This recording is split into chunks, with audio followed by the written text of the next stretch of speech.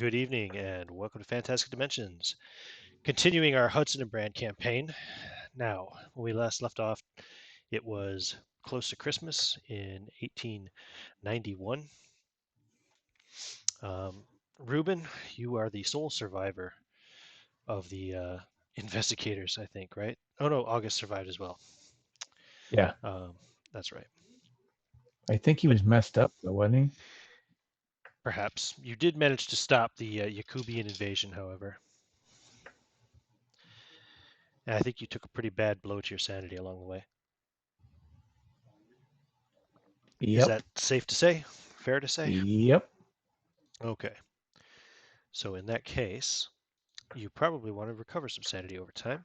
Oh, but also there's another thing we have to deal with, and that is the execution, basically, of von Zorn's will. Oh, I was gonna say who we executed, I don't know if I used the correct verb exactly, but his will has to be taken care of. right? So essentially, what Wilhelm von Zorn had willed was that all of his belongings, including his stake in the agency, would be left to his son, which was kind of a secret to some extent. Most of you probably didn't know about his son, Or but he care. he did have a bastard with a woman who was married to a member of the House of Lords, and her brother was essentially kind of like the boy's ward.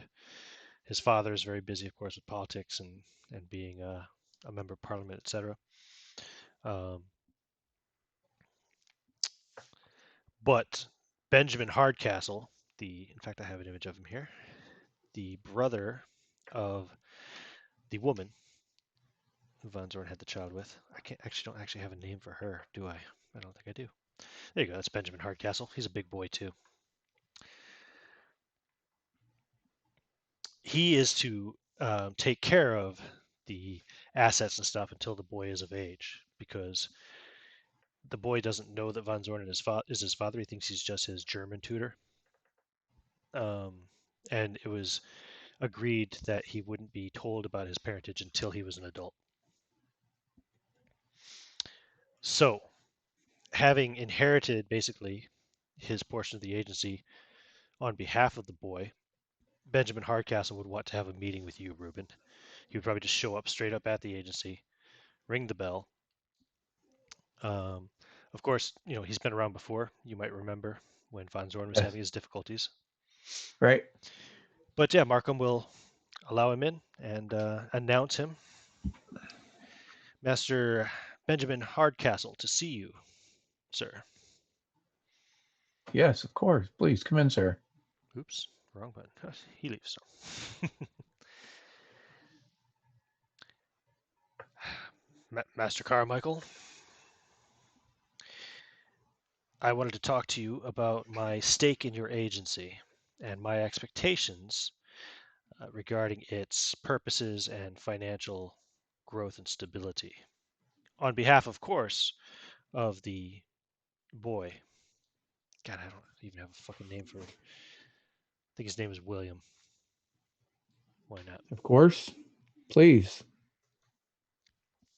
tell me your thoughts. Well, seeing as the boy's father, Master von Zorn, is now deceased, it is the wishes of his mother, and with whom I agree, that the boy never need know. There's no benefit in it for Von Zorn, and there's nothing but harm in the boy and his potential future as well. The father is none the wiser. So, in that regards, we would like to liquidate our portion of the agency in order to accumulate a cash prize for the boy when he reaches the age of 18. That all sounds viable and an astute process. Yes. Very well. Then I'll put it up for sale and I'll let you know when I have someone who's interested. It won't take long. Perhaps due to the unique nature of the business, He I looks at you could curiously. look into finding a buyer for your investment rather than some random individual.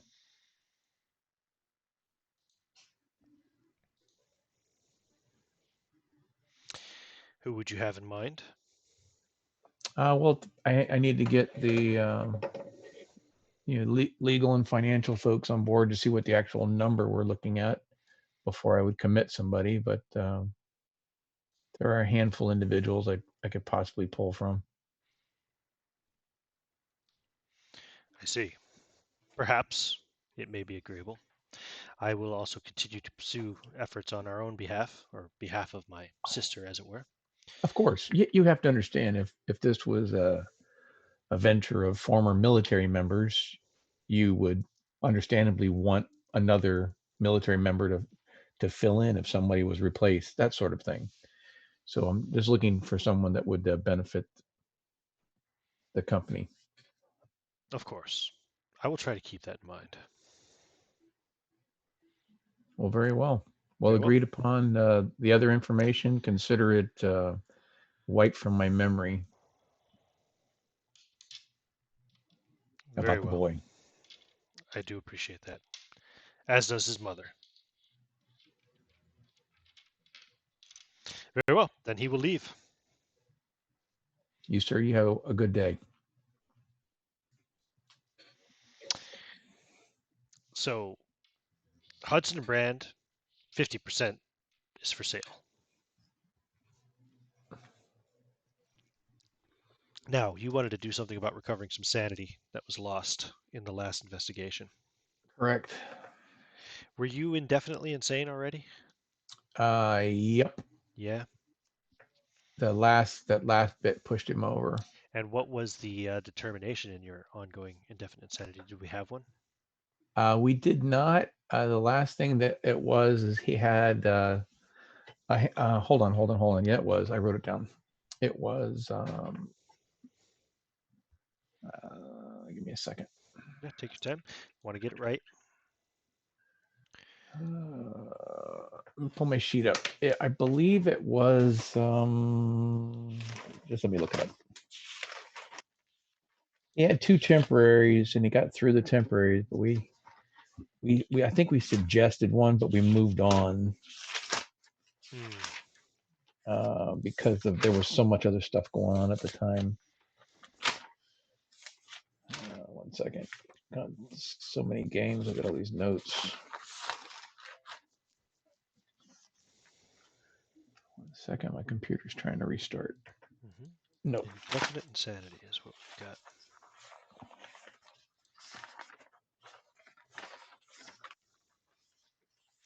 So, You want some rolls in the meantime, or do we need to wait? no, no, no, no. I'm just checking this out now. While I'm looking at this up, can I answer any other questions? So, yeah, this will last until you are cured. Okay, I just wanted to double check that. So, Here we um, go. I got it. This is the John Bidwell one. Let's that's see correct, here. yes. Gertie. I'm looking. Sanity.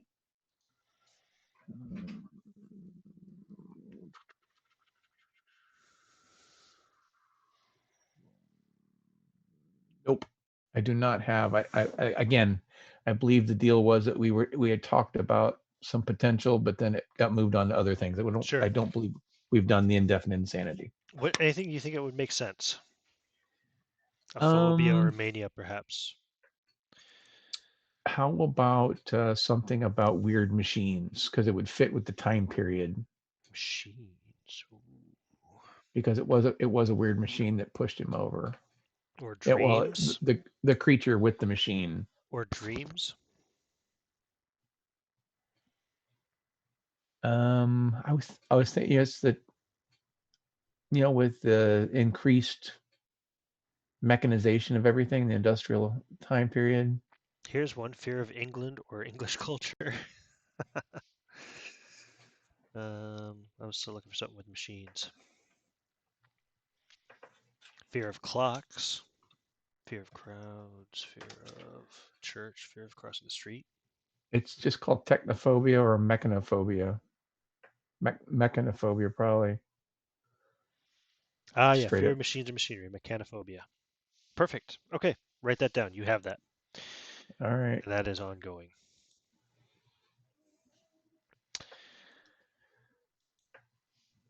Now, I assume you'll want to try to recover from that. That's where we get into Yes, the of rolls. course. Because Can. indefinite insanity lasts until you are cured. You can Uh, get private care or institutionalization. well, or you can seek solace through your contacts, right? You can do that to recover sanity. You can't do that to get rid of a Defeat temporary or phobia. Okay. to get rid of an indefinite insanity. No. Well, I'm not going to do the institution because that could just be worse. What about Let's. your lady friend? You know that. Yeah, I'm gonna get. I'm gonna suggest to her, and let it be her idea that perhaps if I had enough fundage, I could go to a private care to clear up these nightmares so that I could move on and perhaps finally settle down with the right woman. Maybe she'll pay for it Gertrude. as an investment for her future. Whoa, she looks After huge in that picture. and and we're also going to follow up on getting that boy his apprenticeship.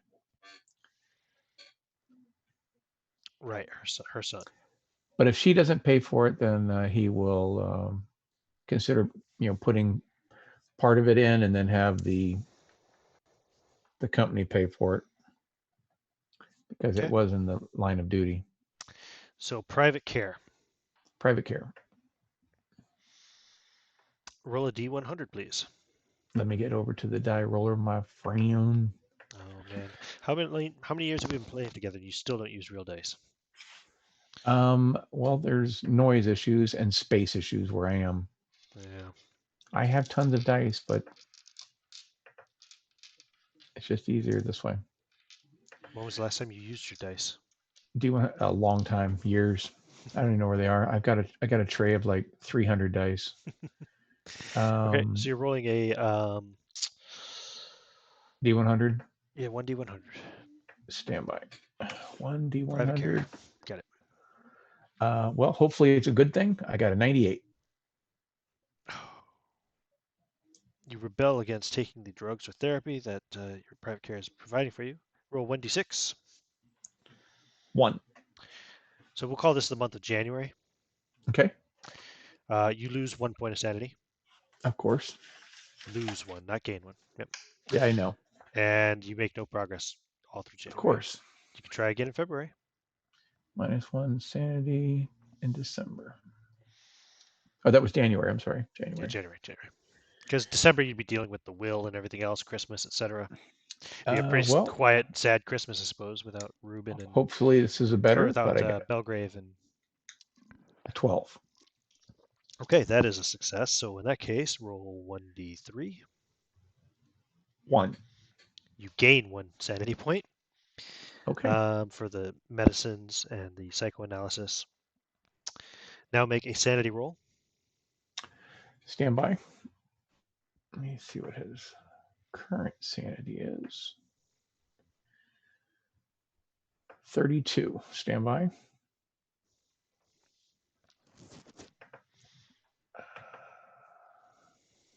Well, shit. Can't use luck, right? No. It's good because I don't have any luck anyway. I didn't make it. I needed a 32 and I got a 47. Okay, the roll is unsuccessful. You can try again in a month's time. Okay. All right. March. Next month is March. Roll D100. Stand by. 28. That's a success. Okay. Roll 1d3 again. 3. Gain 3 sanity points. Oh, That Jesus bring you up Christ. to 35. nice. Roll a sanity check. Stand by. 38. That's a failure. No, Okay, you can try again in April. April. Or was that 49. February? That was February or March that we just did. That was March. Yeah, so okay, we're on to April. 49. Okay, and roll D3. 2. Gain 2 more sanity points. You're up to 37 now, right? Yep, Roll a 37. sanity check. Here we go. 25. Thank God. Pass. You're cured. Oh, really? Yep.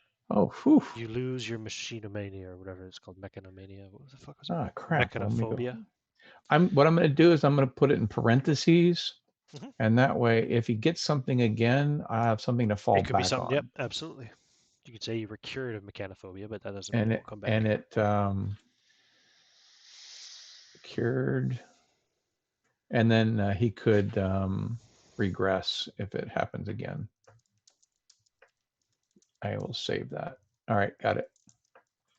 No, that's actually a great idea about saving what you had a phobia for. That way you don't Sure, have why to not? do any random shit or figure shit out. Just it makes sense. And then I could also play it into the character where it's like, I'd really rather not go in there. That's all full of machines. That sort of thing. Right.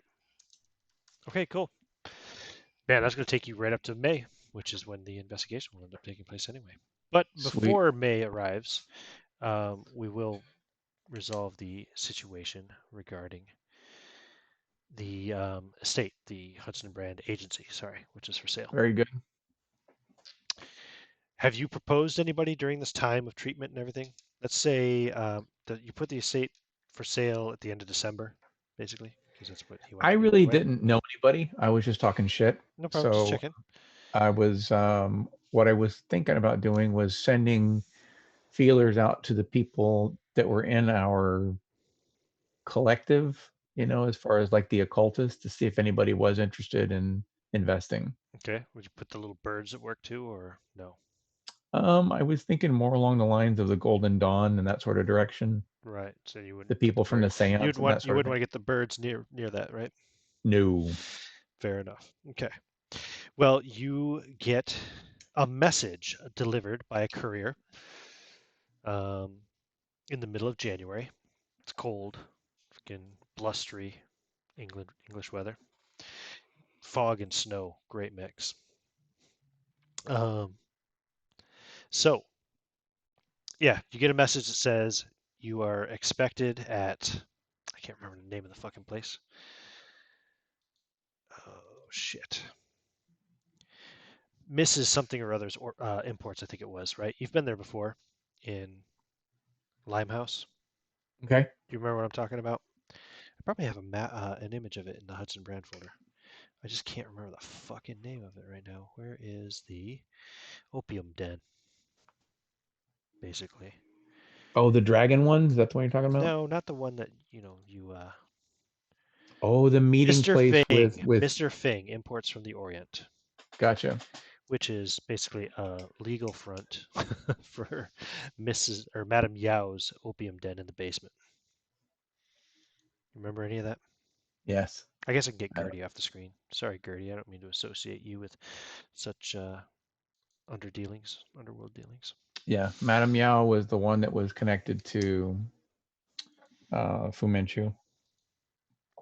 No. Not that. Mrs. Yao was the one that was the front for. Oh, wait. Was it Mrs. Yao? I can't remember. It's not the same one that runs this place. Totally different. This is one where I go meet Ping Ping or whatever his name is. No, no.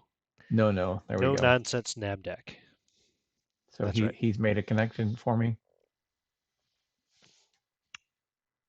I'm sorry, say again. Made a connection for you? He sent a Is message asking. No has? Well, you just receive a message. It doesn't have his name on it. It just says, please, you'll be expected at Mr. Fing's Imports, you know, at this time, basically the next day, 7 p.m. All right. Well, then he will be there if he can. Mm-hmm. Makes sense. Why can I not keep this up there? So there we go. Boom. There is okay. And Mr. Fings? I guess he will, not knowing what it's about, I guess he will stop and pick up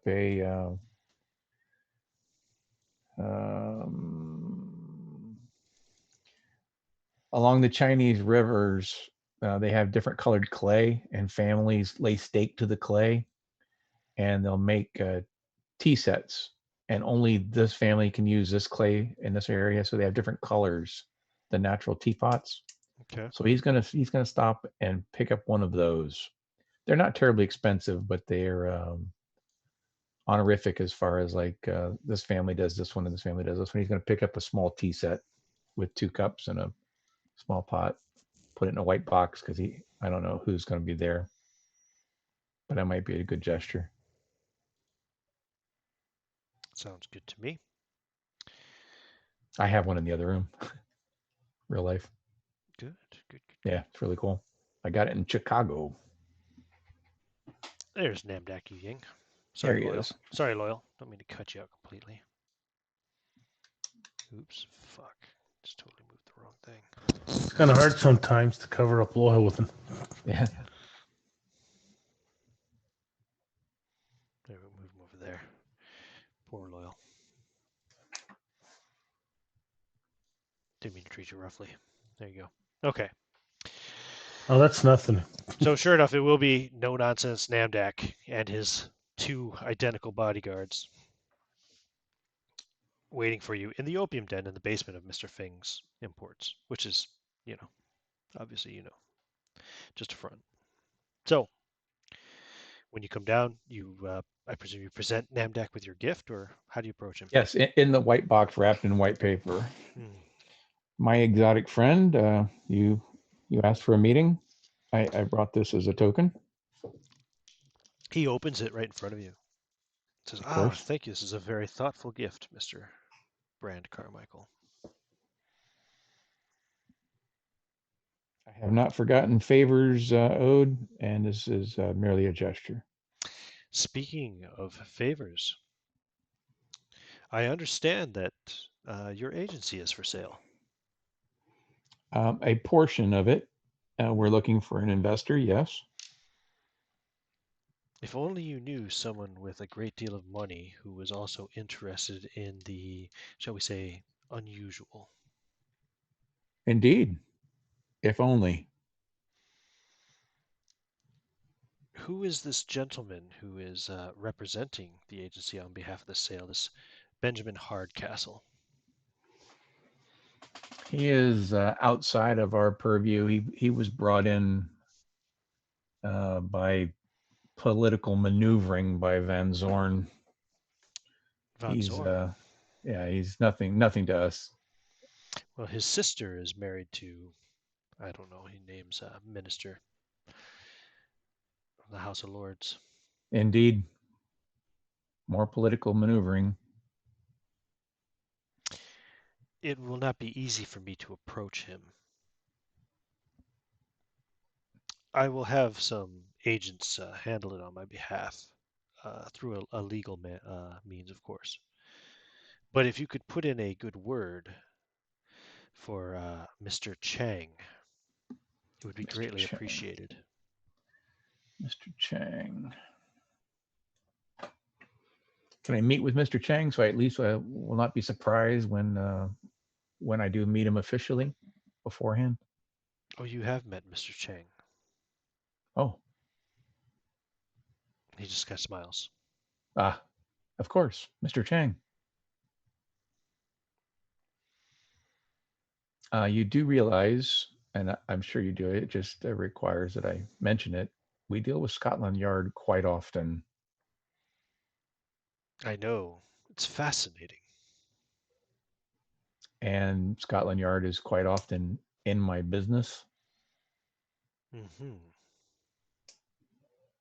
I would merely be a financial partner. I would let you handle everything that the agency does. Believe me, I'm not looking to pick up any shifts. Very well. I just wanted to be clear and upfront. I tried to Consider I've it an skirted. option that grants you full control of the agency, Mr. Brand Carmichael, and gives you a silent partner who helps you to fund at least 50% of the business, with, of course, the uh, privilege of any otherworldly knowledge or artifacts.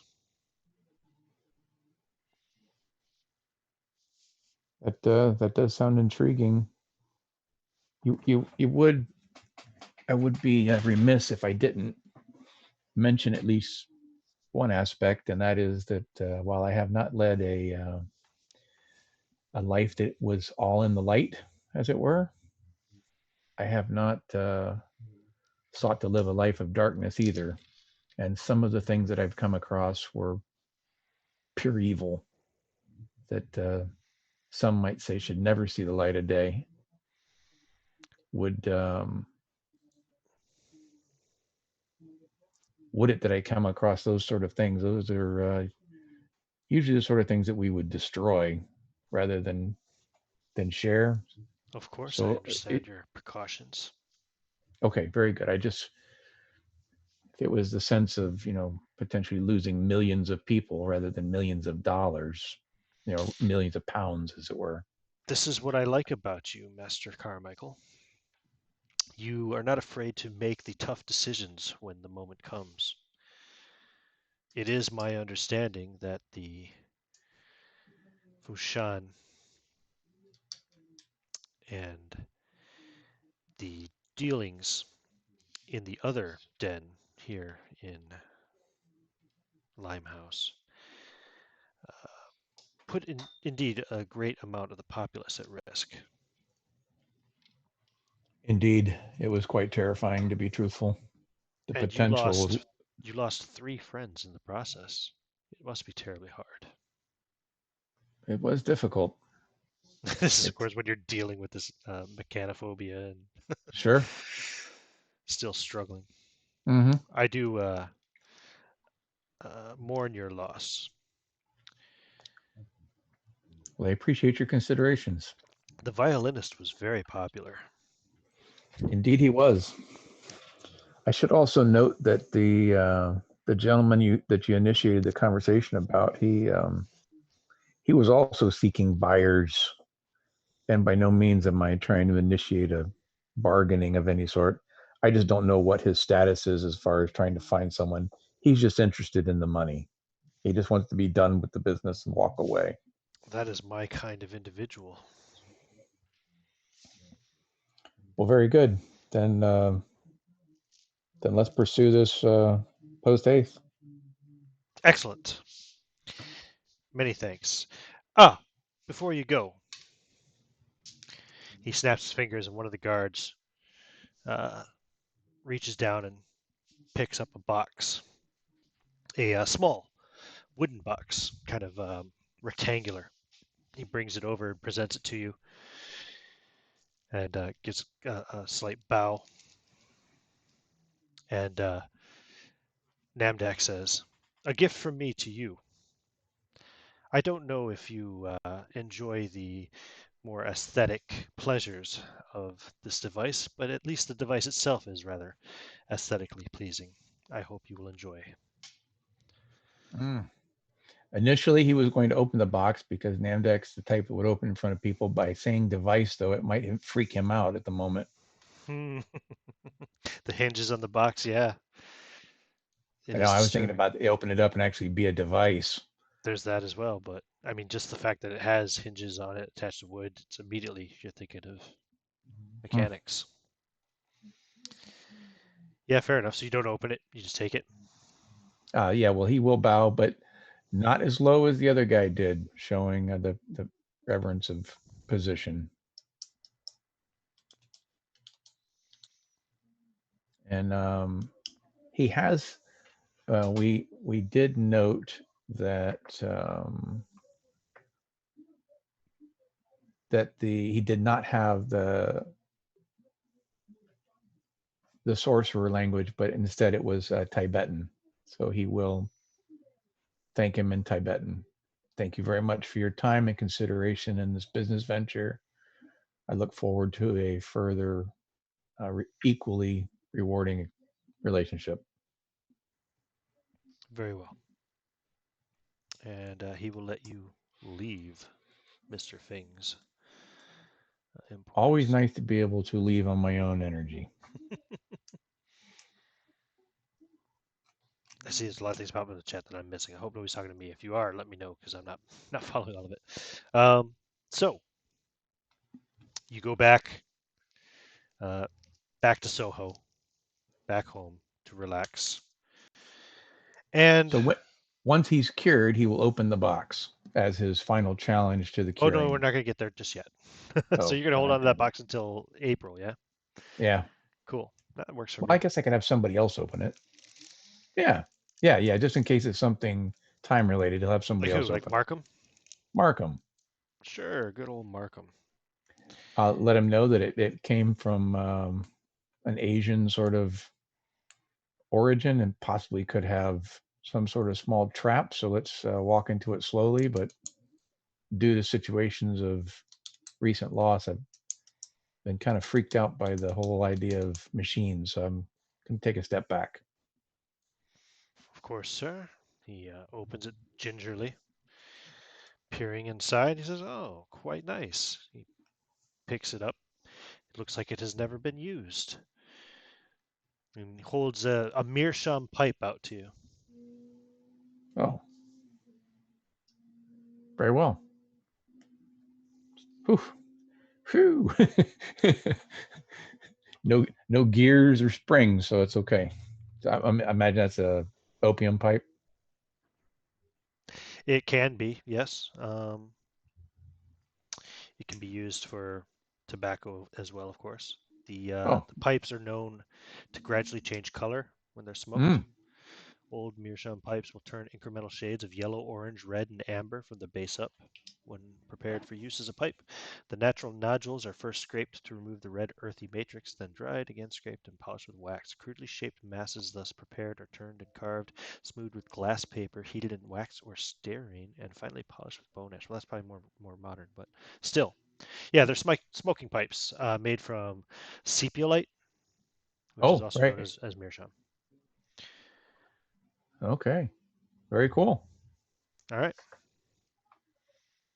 So yeah, it's a meerschaum pipe from No. Very cool. All Anything right. else?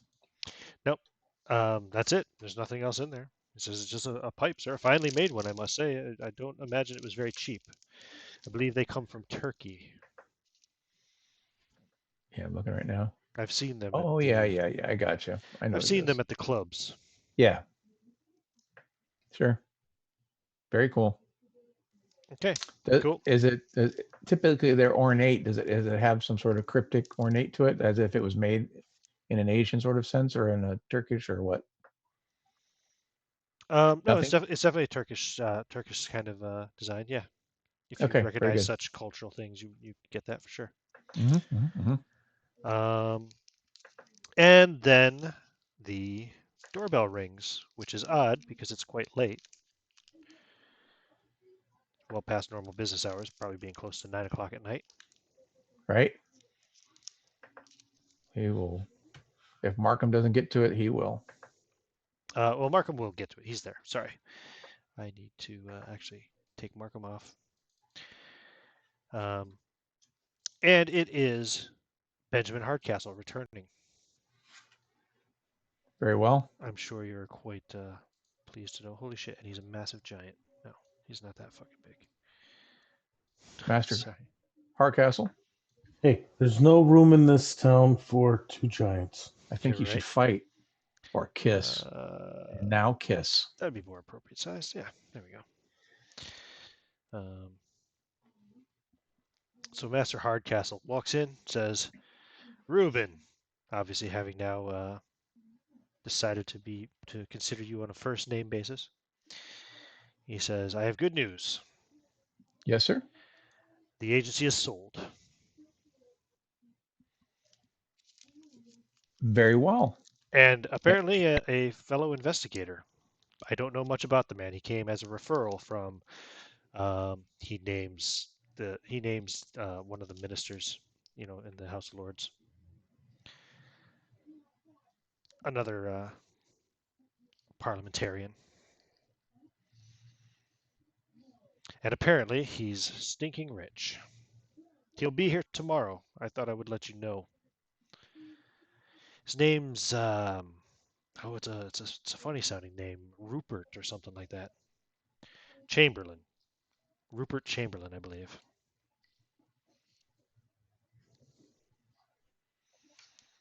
Anyway, it is quite late. I apologize. I won't keep you any longer. No, thanks, Markham. Don't bring the brandy out on my behalf.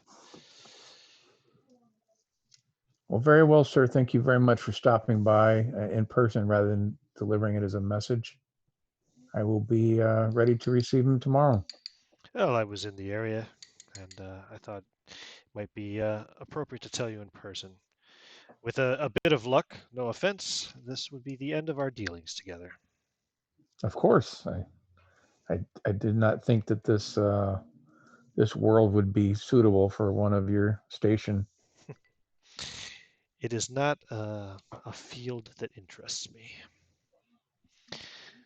Oh, yes, very well, Markham. I will take one brandy, yes. Since you have the bottle here, thank you. Of course.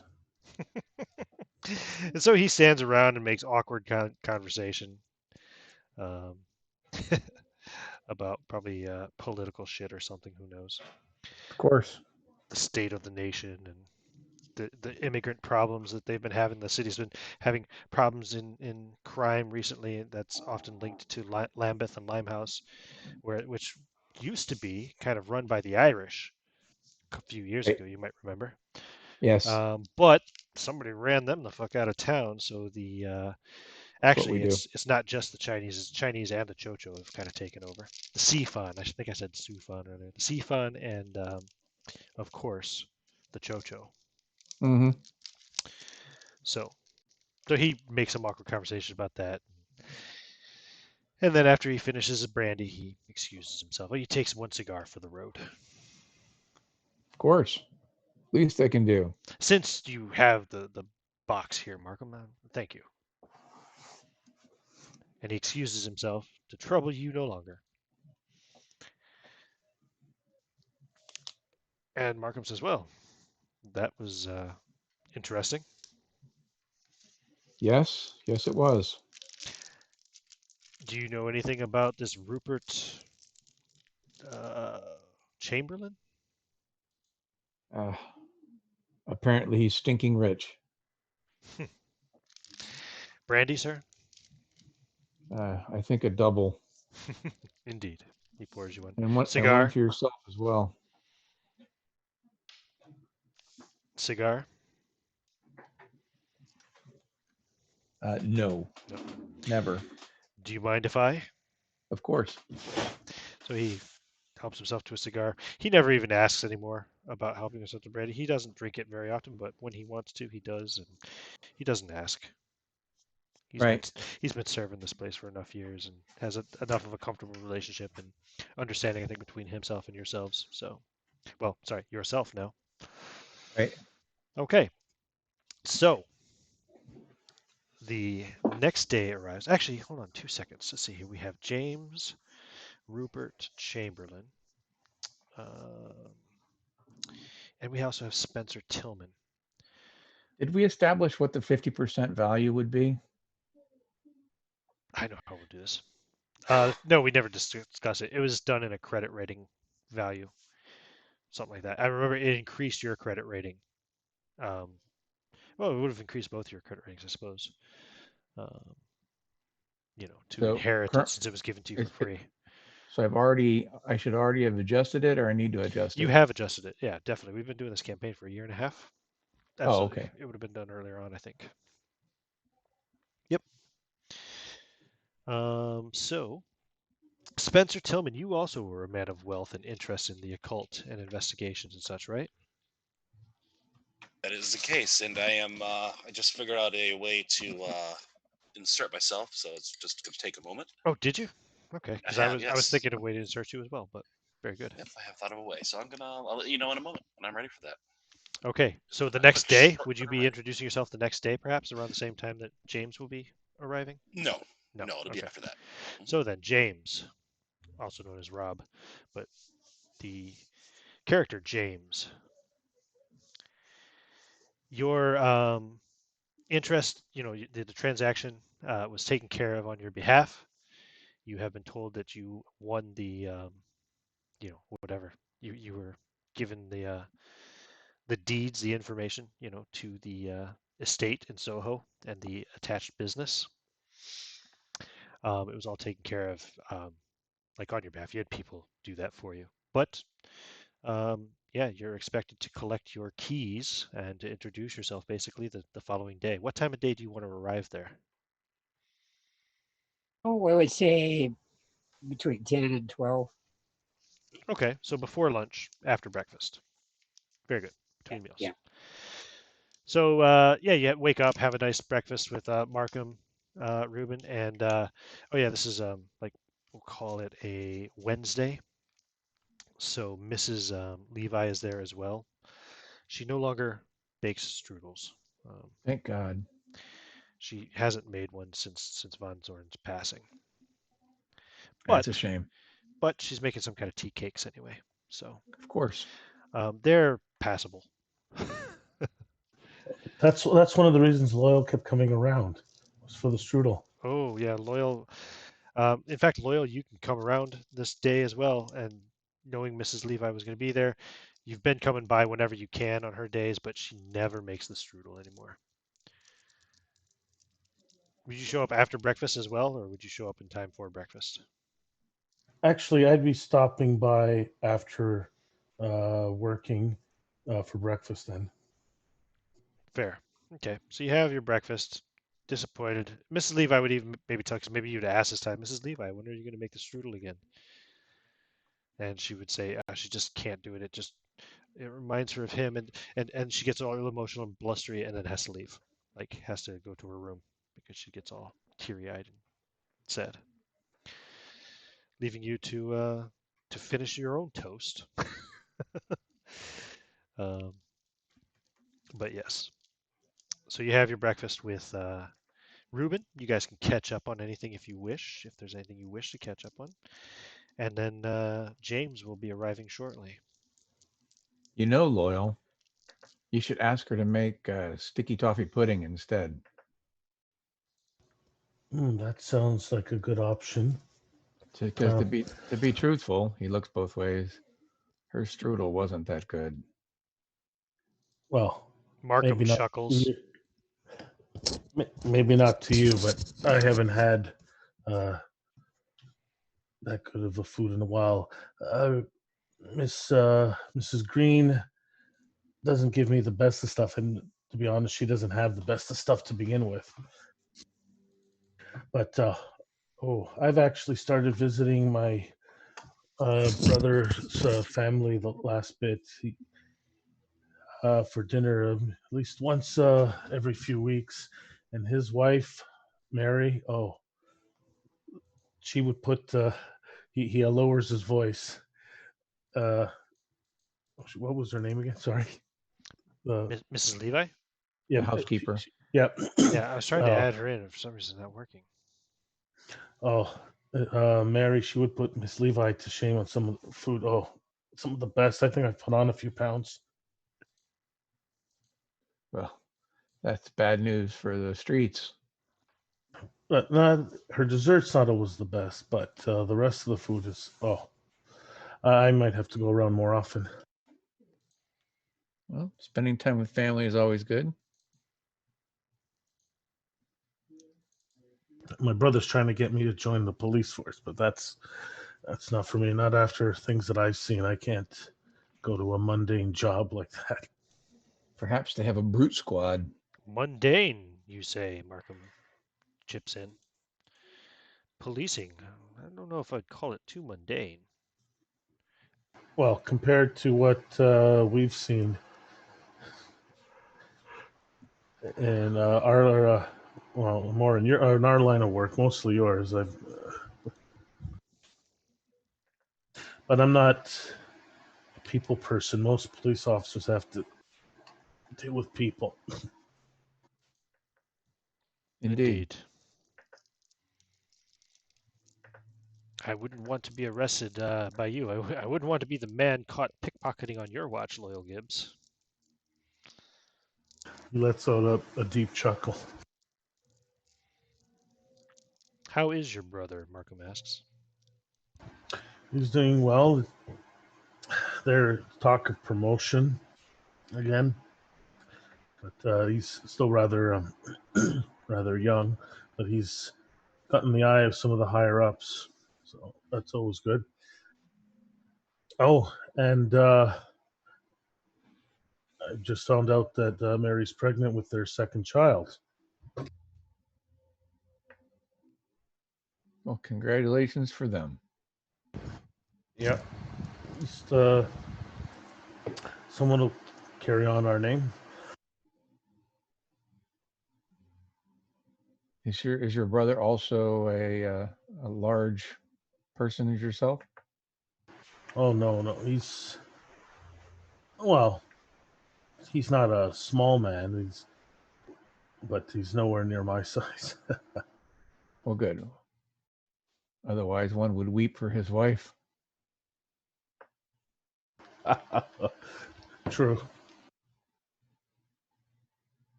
So now we wait for our other investor.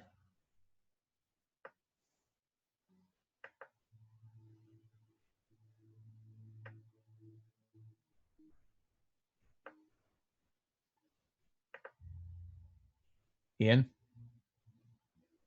Look at that, I'm muted. Fucking hell, I was talking and nobody heard me. So James Rupert Chamberlain, is that right? Rob? Yeah, I think so. Yeah, I think so. All right, so you arrive at the office at, was it 33 Golden Square, Soho? Sounds like it. Ring the bell. Markham will answer the door. You don't know Markham yet, I suppose, but you, the player, knows. Well, You, the player, knows Markham at least. Well, you've never met him, as far as I know, have you? I've never met Markham, but I know about him. Oh, that's fair. I was just saying you haven't met him before, but yeah, that's fair. That's fair. So you probably do know what he looks like. He answers the door. Hi, Mr. Markham. My name is James Rupert Chamberlain, and I'm here to see Mr. Carmichael today. Yes, we were expecting you, Master Chamberlain. Please, it's just Markham. And he opens the door for you to come in, takes your calling card, of course. I'm going to guess that you're waiting for him in the parlor already. Indeed. Yeah. Do you have Loyal there with you too? I have no control over Loyal, so it's completely up to him. Well, that's a very apt way of putting it. Did you say you were expecting a meeting, or no? Right. Yeah, I was saying we had an investors meeting. Well then, if you don't need me for anything, then I will be heading home. Unless you want me to stay. I understand you were working last night, so feel free to use one of the bigger beds or have the day for yourself. Well, I stay here if you have some possible use for me later. I think Markham has put a couple beds together for me. Right. If not, I can head on home.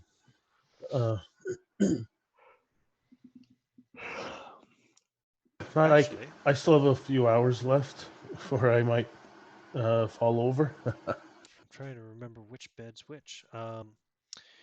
Definitely the Master Von Zorn's bed would fit you.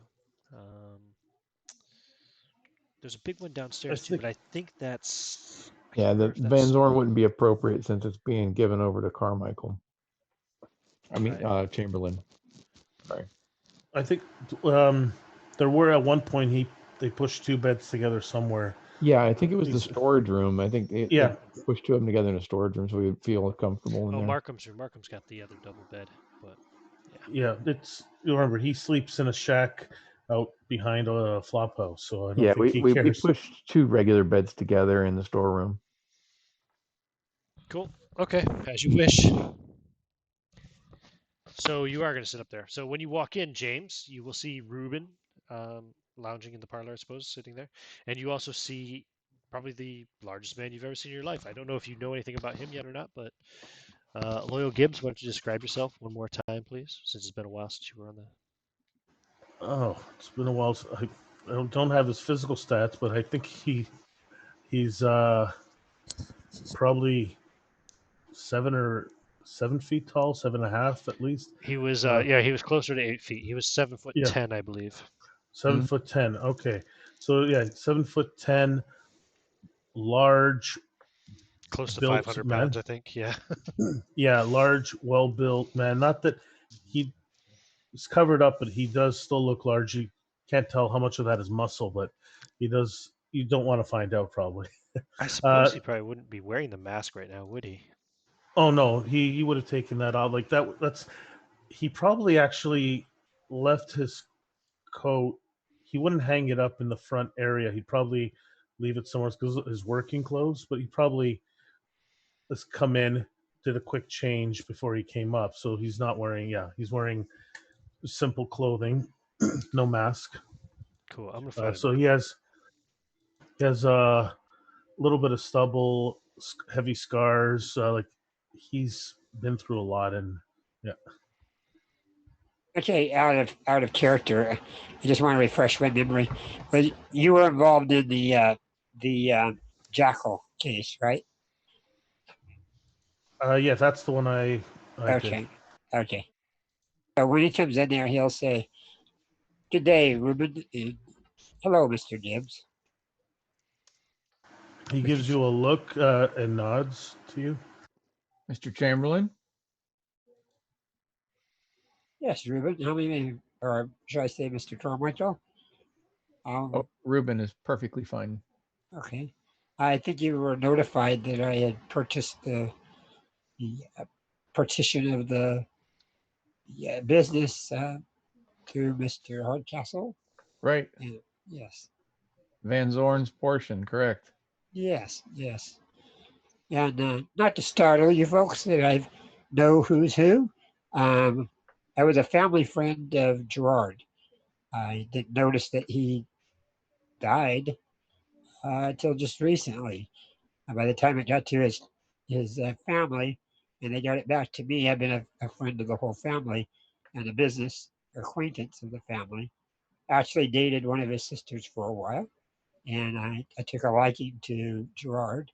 And the last time I got to see him was when we went to visit his grandmother over vacation. He had to go somewhere to kind of recuperate from some investigation that he had, and I accompanied him.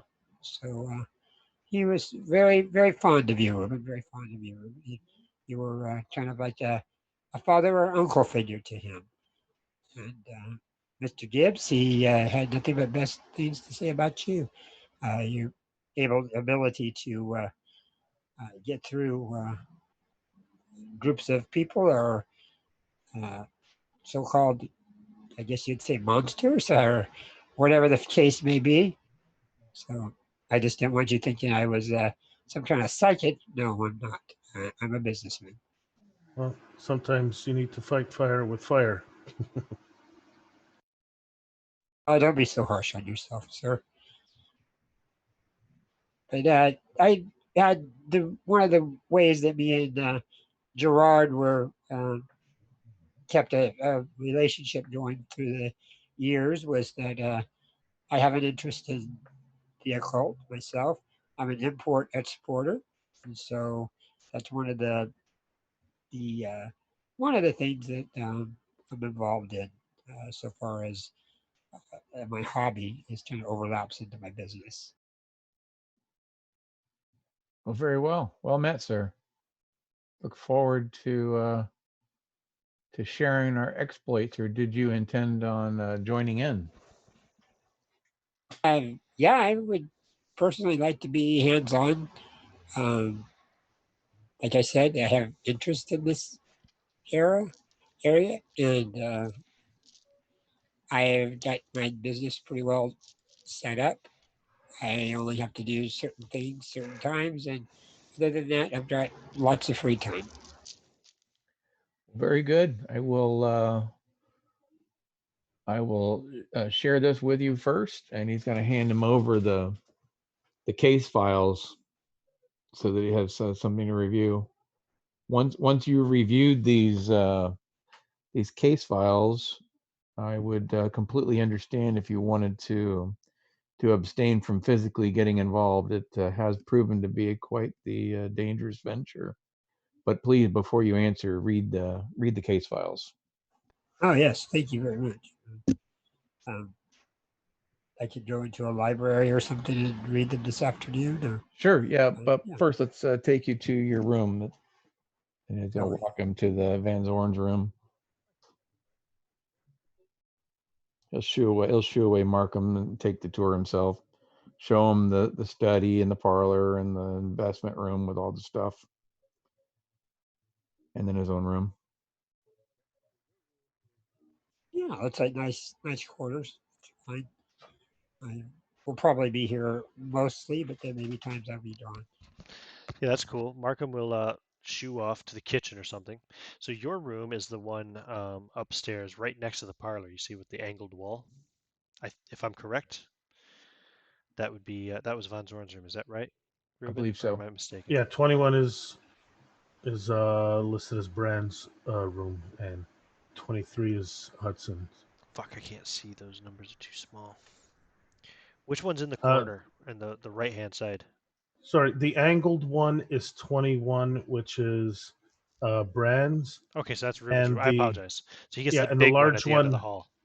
yeah, the large one at the end of the hall next to the bathroom is, yeah, Hudson. Thank you. Okay, so that would have been Von Zorn's room. Makes sense. Okay, apologies.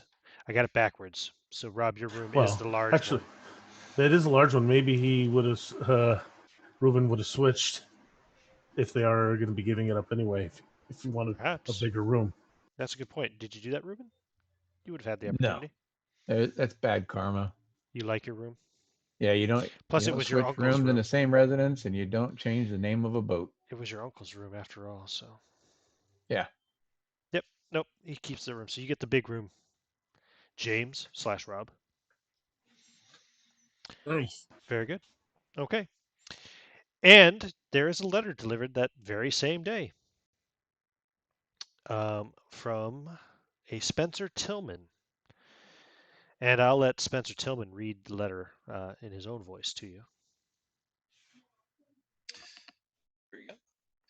To the proprietors of the Hudson and Brand Agency. My name is Spencer Tillman, recently of the great metropolis of Chicago, Illinois, in the great nation of the United States of America, and I have authored several very well received books on the occult, with which you may be familiar. Having relocated to London just this past year, seeing that it is the current seat of some of the most renowned spiritualists and occultists in the world, it was not long before your agency became known to me. I humbly request the opportunity to visit and perhaps shadow your team on an investigation with the end goal of writing a new volume on the experience. As a man of no insignificant means, I would be happy to supply some necessary funds to assist in such an endeavor. Should this be agreeable with you, please send a reply to me via my publisher, Solomon Grove and Havelock, at your convenience. Eagerly awaiting your reply, Spencer Tillman. Well, yes. He will initiate an immediate reply and send it off. Your presence is most welcome, and we await your response and presence. Ensure to include all of the local information as far as the best trolleys and cabs and so forth. Sure.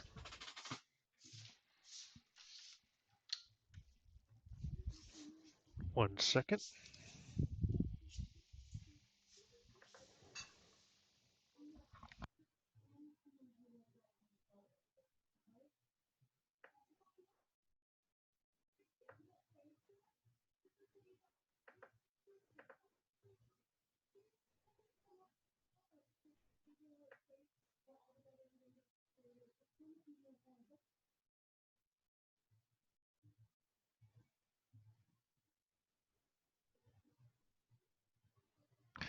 Apologies.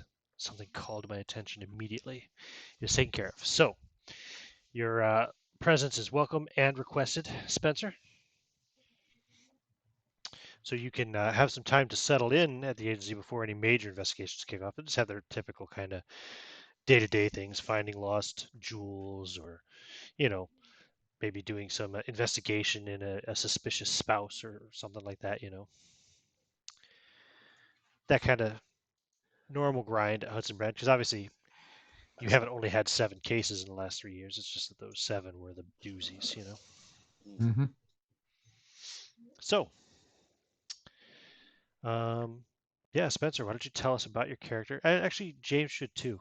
But Spencer, since you're arriving right now, why don't you go ahead and give us a full description of your character, kind of like what he looks like, what kind of impression he leaves. Maybe do your introduction when you first arrive.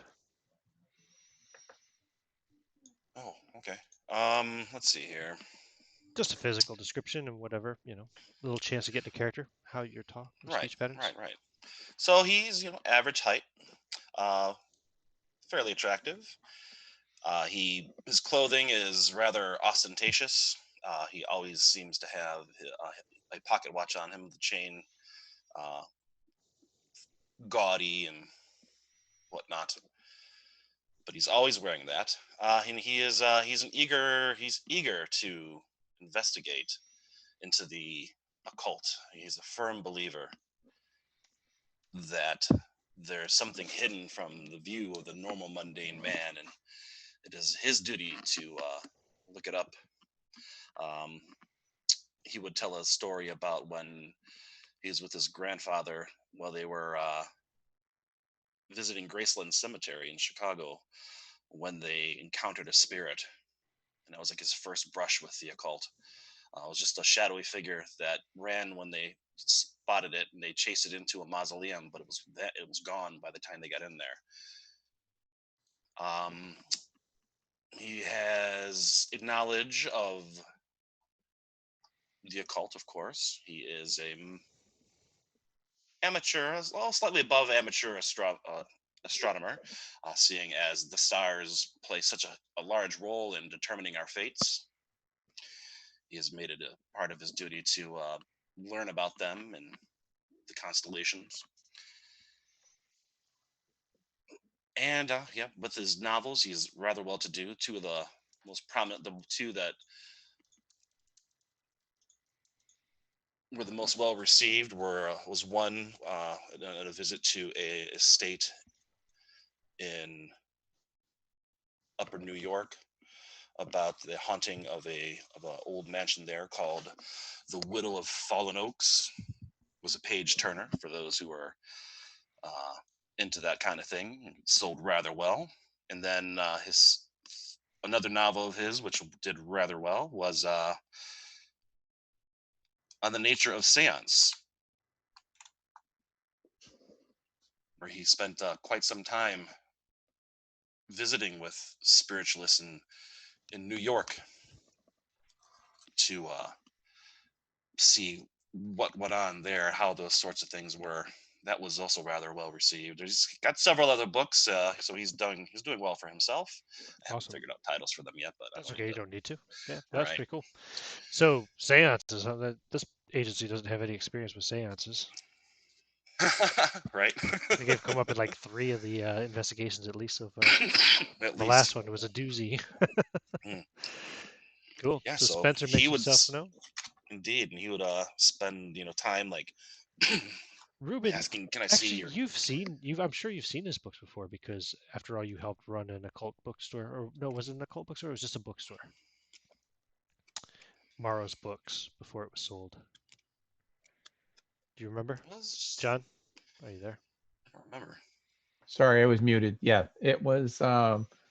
It was just like a bookstore, right? It was an all-purpose bookstore, but he handled the occult stuff. That's right. So yeah, you've definitely seen some of Spencer's books before. I'm sure.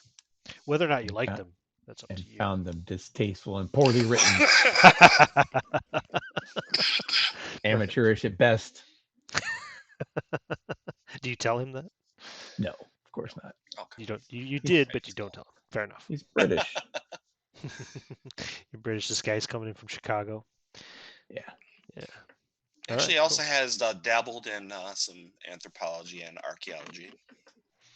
I imagine that Ruben would be happy to let Spencer and James, since they're both new on the job in a sense, to handle most of the mundane investigations that take place over the next few months while he's recovering from his losses. While Oh, yeah. he is investing in personal adventures. Of course, spending time with his girlfriend, right? Fiance. Fiance. Oh no, no, he's doing that afterwards. Sorry, first he's getting the treatment. That's right. Then were you going to take care of your fiance after you were no longer insane? Or Correct. okay, cool. Good. Spencer would also be eager to, if given the opportunity, to look through past case files. Is he Hmm. given that opportunity? Although it came to him in a clandestine manner, he doesn't really hold it to that sort of a status. So if it's somebody that genuinely seems interested and is not just like a reporter or something like that, then yeah, sure, why not? Okay. Do you guys have access to the case files? Have you read them before, Rob and Merrick? I haven't actually looked at the actual case files before. I think I have them in one solid document here. Let me double check. Oh, I looked through them before I started playing. I didn't I'll have to read do them that. intensively. Excellent. I'll have to, yeah, like, I'll have to I do browse through have them them in for a the next playthrough. I have them in a full document here. So I Ruben will will warn you not to spend more than 30 minutes at a time reading them. There have been cases of people not living after reading them for a while. that link is Fascinating. now in the Zoom group chat for everyone to see. You can look at them Loyal too has if you want, chosen. Loyal. Loyal's chosen not to look at them. I might, but Loyal will not. He's Fair enough. best if he doesn't know more than he needs to know. In fairness, that document includes all of the case files from the Hudson and Brand Agency setting book. So those were what took place before October or whatever it was of 1889. Um, since then, of course, the case files are what our broadcasts have been the last 7 investigations. So does that make Watch all of sense? those. Yeah, you played in a lot of them. Yeah. So, Paul, I don't know if you've seen them or not, but you probably have kept up somewhat on what has happened over the years. So there you go. Excellent. So Ruben gets cured of his mechanophobia finally. Um, Spencer and James get their feet on the ground a bit, just doing some of the mundane investigator stuff because you are inquiry agents of the obscure, but you also have to pay the bills, and the obscure doesn't land in your lap every week. Thankfully, probably. And then you go and spend some time with your girlfriend. Now, were you actually trying to recover stress mechanically from that? Because you have about a month of time to do so Yep. if you want. So that falls under, beyond this, increasing current sanity points. In addition to careless below, there are 4 ways to raise your current sanity points.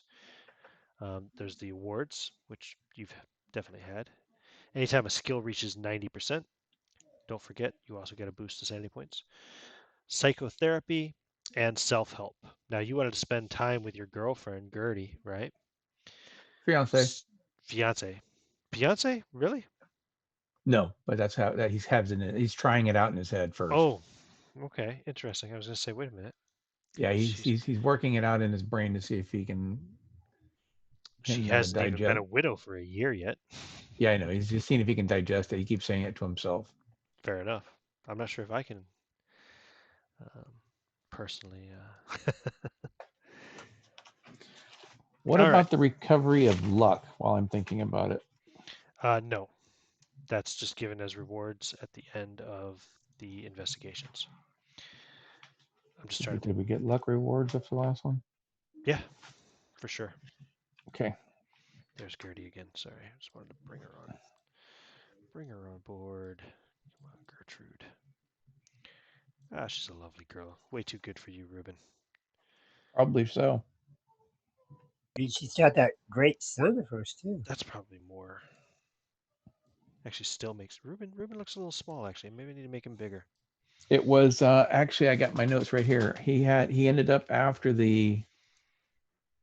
all of the adventure before he had a 38. So if he improved by 1 - 1 + 1, that's zeroed out by 5. So he's up to a 43. carry on. Go ahead. Up to 43 sanity? Yeah, 43 sanity. Okay. Did you... Oh, that's before we actually mechanically increased It it, was right? 38 instead of 32. I found it, That's fine. but it's okay. No problem. There we go. And there's, then and there's and your then girlfriend. There's Gertie. She's a little shorter than you. There you go.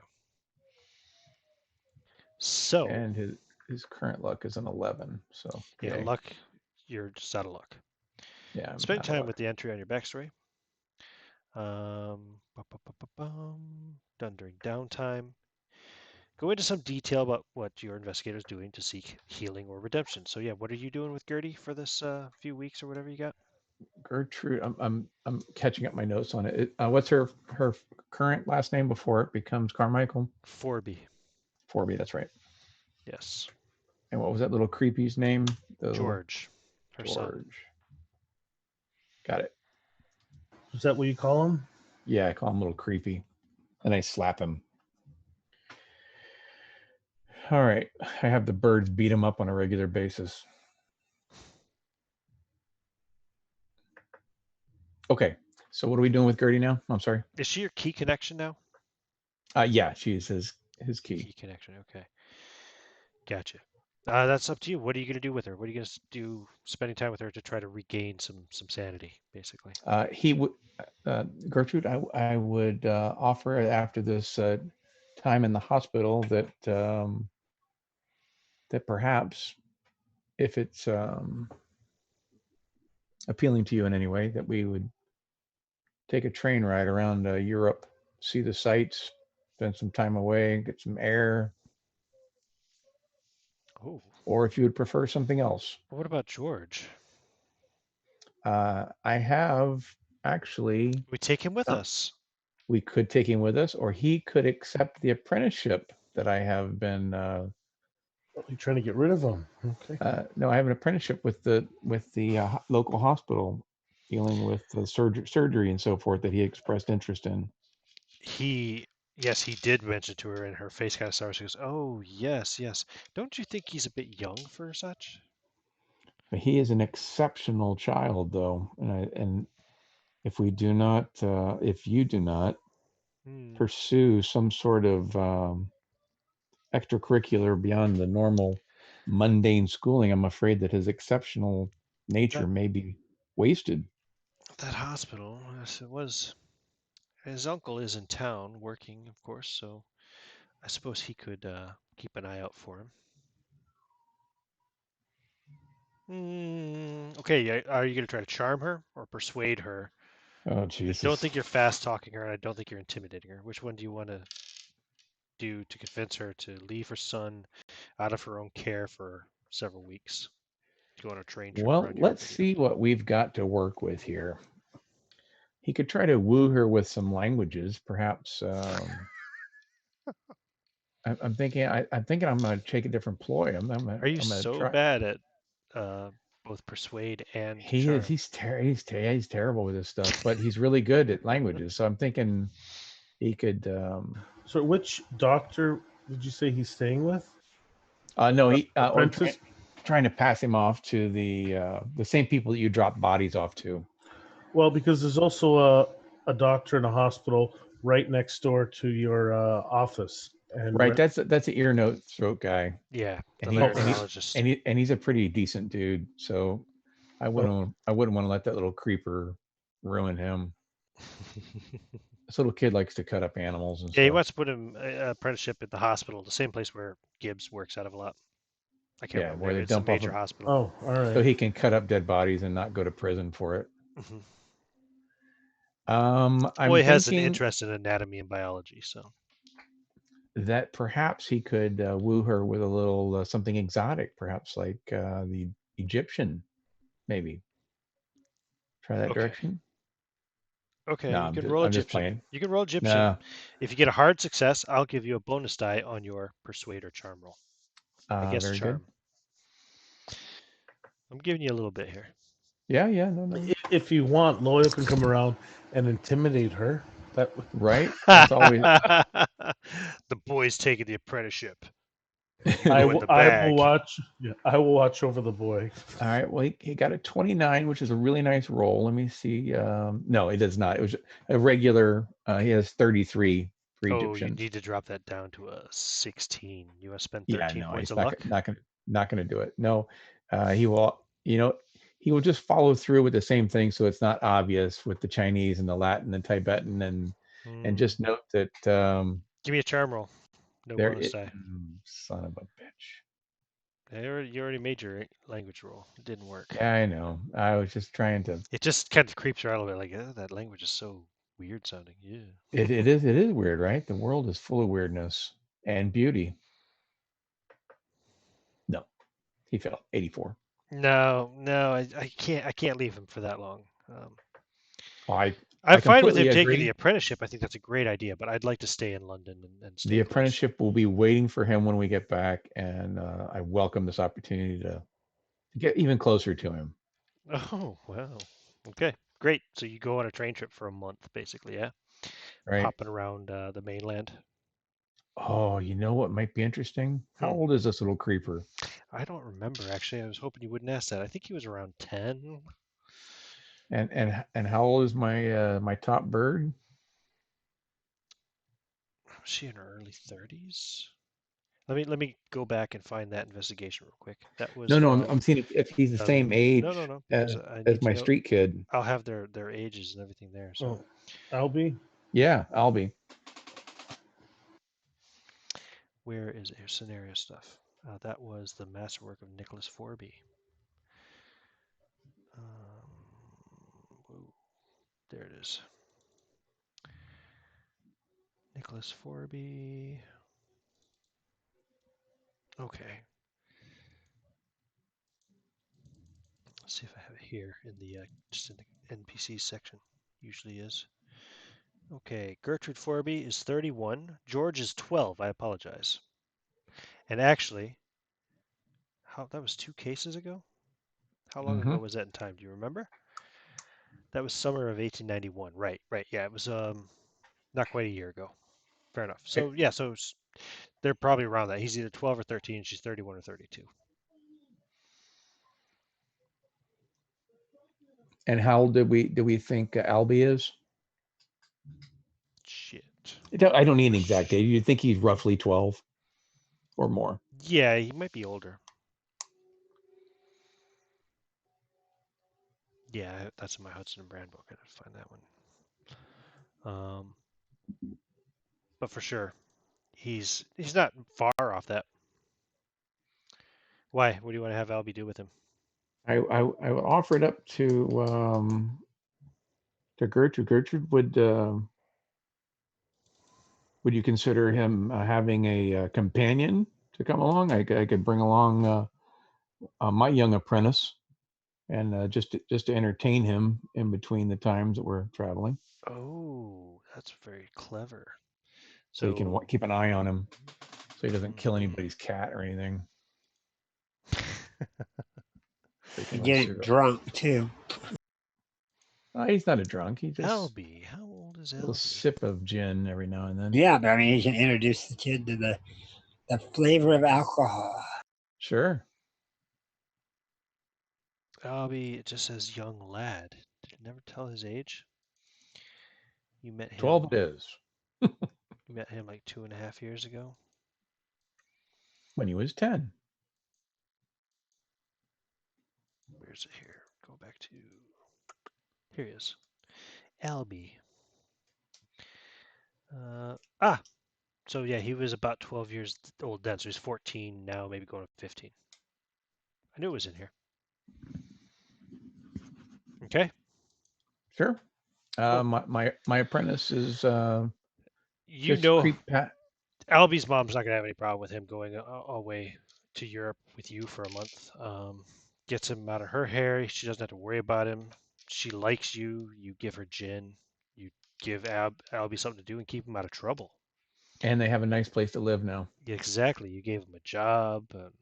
You know what I mean? Like all kinds of stuff. So yeah, She's actually she almost feels like a lady, I would think, right? Albie's mother. Yeah. Well, I I don't know about it. bootstrapped her up out of the gutter there. Yeah, it's true. It's true. But yeah, so yep. So Albie goes, kind of keep George company. You go on your train trip. Now the mechanics. Before we go anywhere, Albie needs to promote one of his lieutenants, being top bird while he's gone. Ooh, right. So One of who is that the going to be? I guess one of the blackbirds. Did we go with blackbirds or ravens? You're going to need to write this down, John, because I'm going to forget about it then. I'm not going to add I'm it to writing your it notes down right right now. now. Okay. So Just give me a name. Albie's lieutenant's name is Ralphie. Ralphie. Got it. Last name, I don't know. We won't worry about that. Just call him Ralphie Don't anyway. don't need it. He just has. Ralphie He's an is, orphan. yeah, Ralphie is actually 16. Okay. He's the oldest of all the birds, Okay.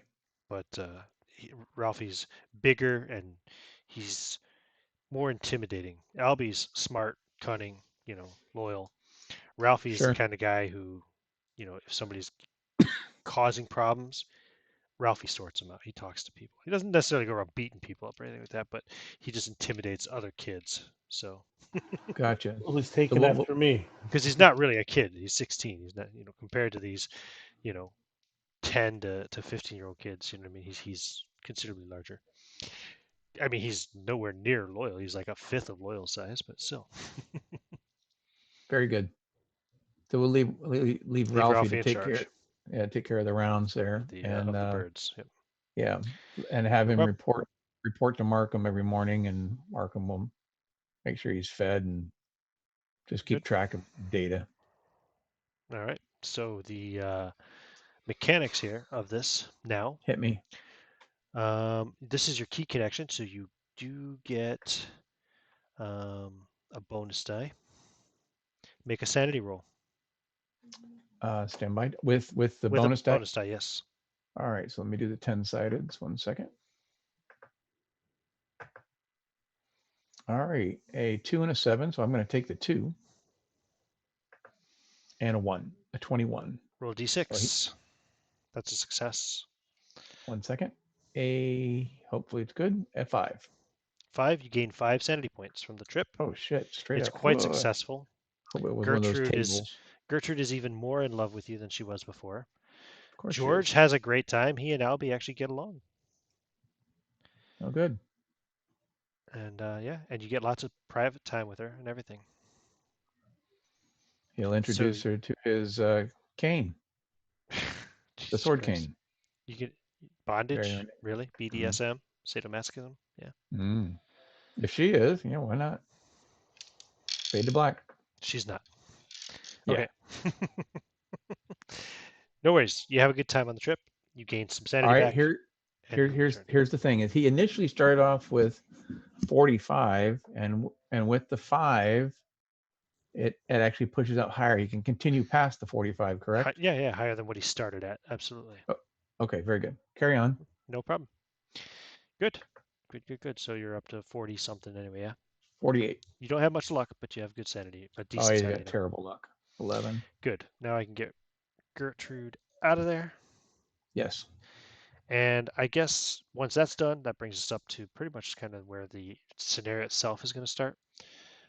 So we don't have a whole lot further to go. We got a little bit more to go because I want to intro the scenario anyway before we break for the night. But let's take a bio first.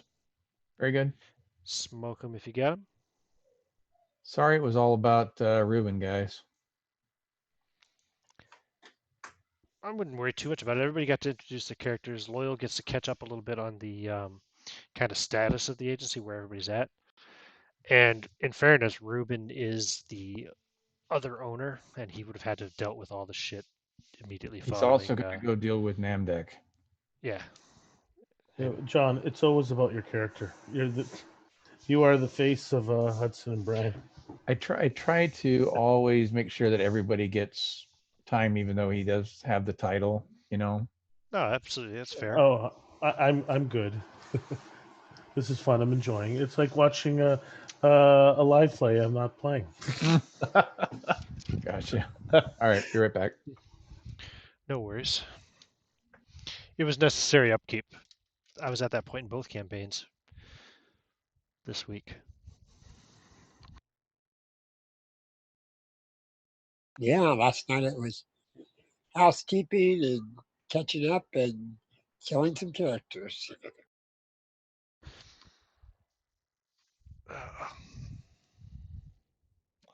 I didn't kill anybody. Those characters killed themselves. Actually, their players Yeah, killed them. you're exactly right. There's no blame on you at all. It was their own stupidity. That happens. Yep. That's what I like as a game master that doesn't think, oh, let's see who I can kill by trying to trick them. No, it was all our thing about taking the items and then trying to use them. Yep. 39 sessions is what Cole lasted. 39 sessions. It's the longest by far. I think triple the record I had for any player character before. So. Oh, well, he did pretty good. Antonio should catch up within a couple of sessions, I think. That's a good point. Yeah, Antonio was only a couple sessions behind him, wasn't he? Or maybe one Maybe session. one. One, Yeah. yeah. One or two, yeah. It was two because the first time we were in the cave, and then the second session, it was me talking to the people died, slowly, and then the characters, and then I had to deal with a Swedish prince or whoever it was that was bringing the army into Germany. So I think it was like two sessions maybe. One or two, yeah. I'll have to look back and see. It'd be cool to look at that. I haven't looked that far back in the campaign in a while. So Merrick, you better be on the outlook. In 2 sessions, you might die. Kidding. Yeah, it's Call of Cthulhu. If he dies, he dies. No, We were talking about Road about to Riches last night. Oh, the I was riches. just stepping away. No, we're just talking about you only have 2 more sessions at the most to catch up with Cole. And once you do that, be careful of what you do. Yeah. Nope. I honestly expect my character to die in every session with Lamentations. I'd like him to live, but if he doesn't, he doesn't. So he's gonna do his damnedest too, though. I kind of feel that way. Except when I heard that I was going to be the longest character of his games that lived, I thought, oh yeah, that's pretty cool. I want to make it that. So yes, I did that. So that was all right. It's time for him to retire. So have you already made a new character to replace Cole? He's going to play the character that he had in his will, so he gets all Cole's belongings too. Oh. Yep. How I do that with. It's smart. Cool. It's a smart thing to do. Mm-hmm. Yeah. Because Cole has a lot of gold, or gold and silver and property and everything else. So he just walked Yeah, right into it. He owns 33.3% of that house. Yep. Oh, that's true. I'm kind of thinking on the lines of maybe what did they have as instead of sheriffs at that point in time? That who kind of held the law. They don't have much law. Yeah, Everything's run by that's what I was local thinking. lords. Yeah. I just kind of wondering if there's something Magistrate, like that. maybe? No, not magistrate. I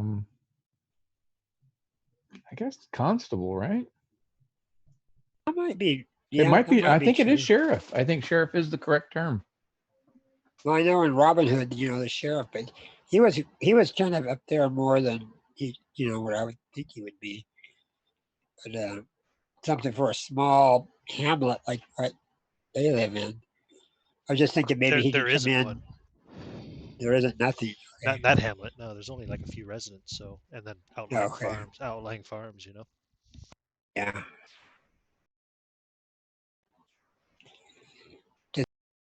Because of his background of being in that rovers or rangers that was taking care of certain areas, keeping the bad guys out, outlaws and stuff, that maybe he would be interested in being, something to do with law enforcement.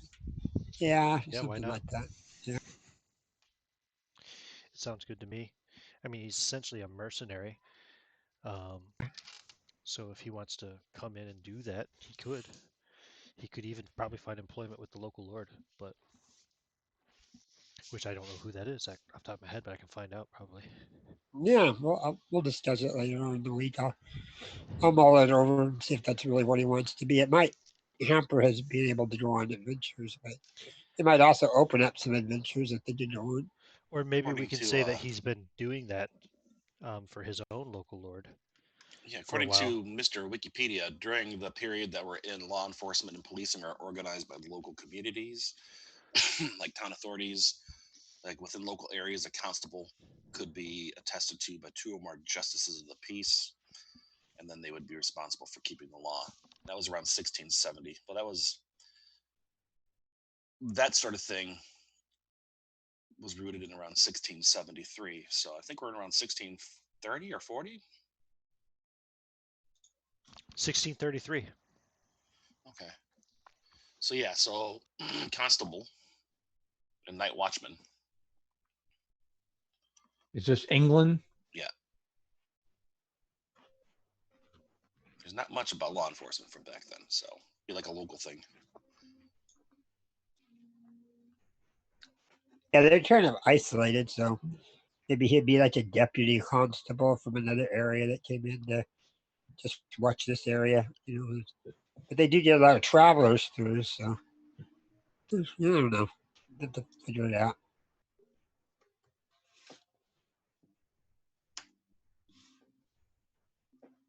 It would give us some inside information on things, though, possibly.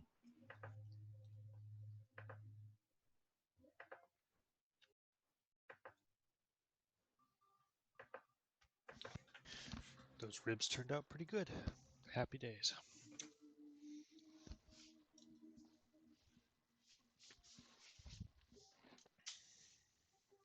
Just hope I get rid of this damn cold before then. It's miserable. It's that time of year, man. My allergies are killing me. I've been sniffling and sneezing. I don't want to go down to the emergency room, which I probably should have done, but I've heard that they've, instead of the emergency room, on top of that, they have a big tent out in the parking lot because you got so many people Right. If going anything, in I would there. say you'd be better off having somebody come to you. Uh-huh. Yeah. I'm not contacted by the doctor on Monday if it's not any better. I mean, I'm not running a fever or anything right now, but it's just getting congested in there. I don't want to get pneumonia. So I got some cough syrup and Yeah. expectorates and get rid of it. So hopefully, but by Monday, I'll call my doctor in his office. He's come out before for me and then go from there. I don't really want to get out there with all those people. I have to sit for 12 hours like I did the last time I was in the hospital. Yeah, exactly, man. It's fucking hell. Where do you live? Where do you live? I live in Central California. It's called Visalia. You might have heard of Fresno. It's about 40 miles from Fresno. So I know someone. She ended up going to She went to her doctor. They sent her to the ER. She didn't have corona.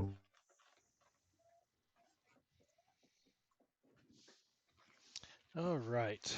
I am returned. I didn't burn the food. Turned out real good, low and slow. We'll have dinner tomorrow. Let's get back to Call Hello? of Cthulhu. Can you My guys hear me? gaslight, though. We've been talking. Feel sorry for anybody who was maybe watching the break. I don't know if anybody does. That's why I put the break screen on. But we were talking about our Lamentations of Flame Princess campaign, which is set in the 17th century in England. But yeah, anyway, back to the 19th century. Let's see here. So time has passed. We're into May, I believe. Just want to pull up the right thing here. There we go. Actually, it'll be even June. Beginning of June.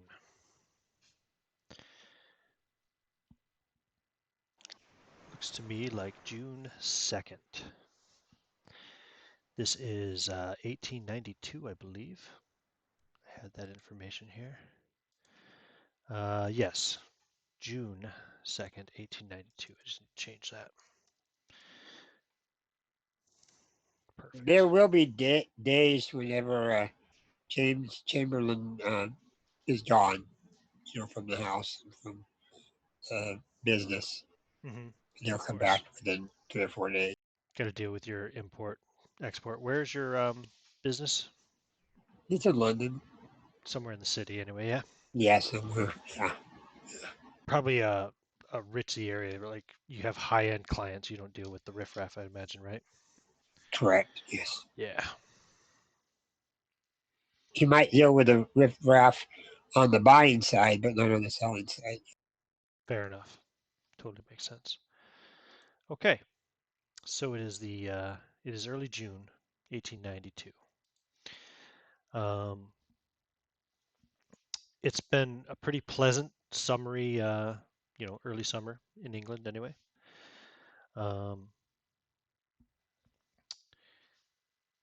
This particular day, you guys have decided to take a little R&R away from the hubbub of the city. Get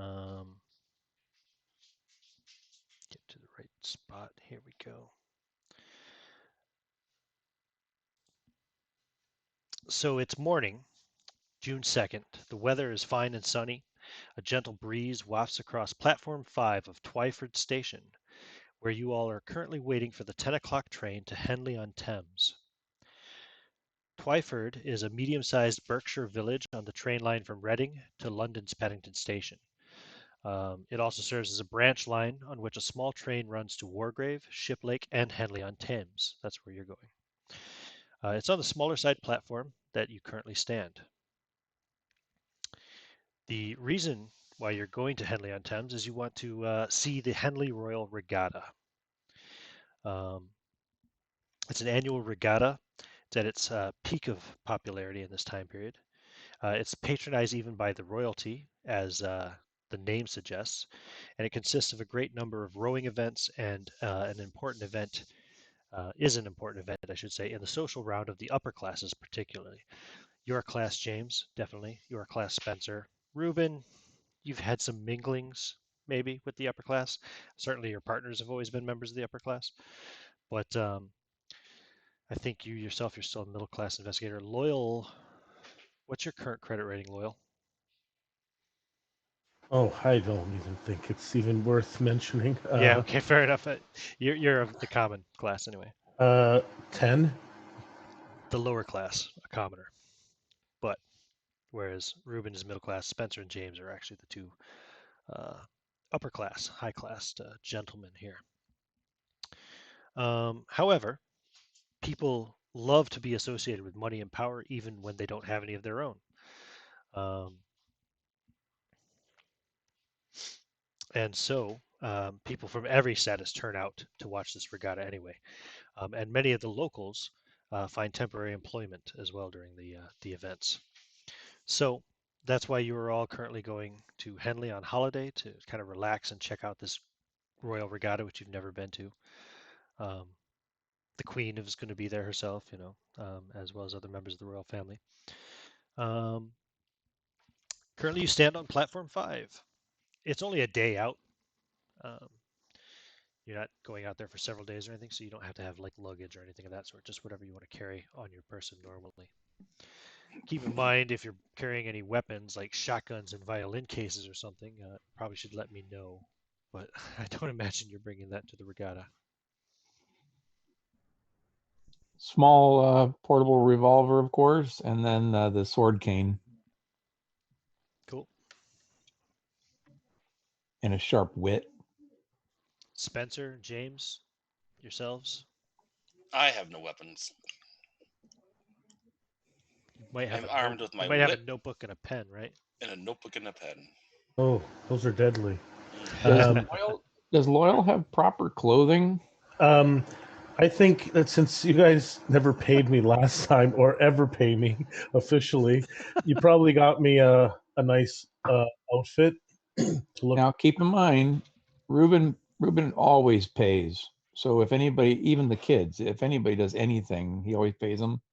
So Well, you would have at least gotten paid for any side job like dealing with bodies and all, and fairly handsomely. So, but anyway, the point is that we would have had a suit made for you so that you although you have the size and that whole face thing going on, you could at least have a suit that would fit the situation.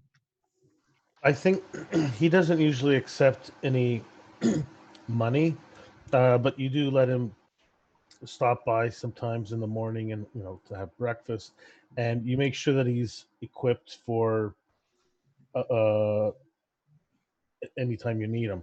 So he has a cane, which is that custom cane that that he has. It's more of a club, um, and he'll have hidden on him if it's possible the brass knuckles, but he won't have any of his other Well, weapons. any monies that he would have had coming, if he doesn't take the money, then Ruben would invest it in a savings account for him to access it for whenever he did want it.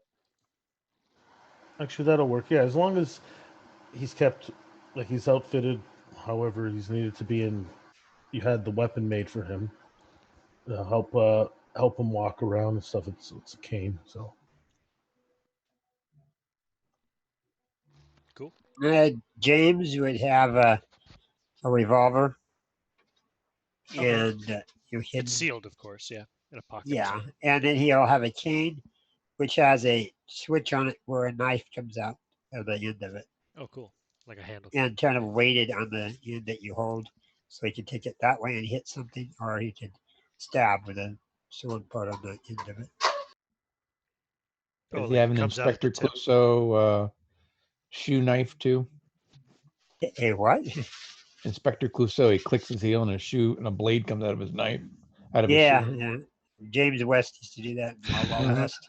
Yeah. So this one, you push the button and the knife blade pops out at the end of the cane, like almost like a spear. Yes. Yeah. Yeah. Yeah. Okay, I get it. Yeah, it's cool with me. Sure, it fits into that time period. I mean, it's not that difficult to manufacture. Sure.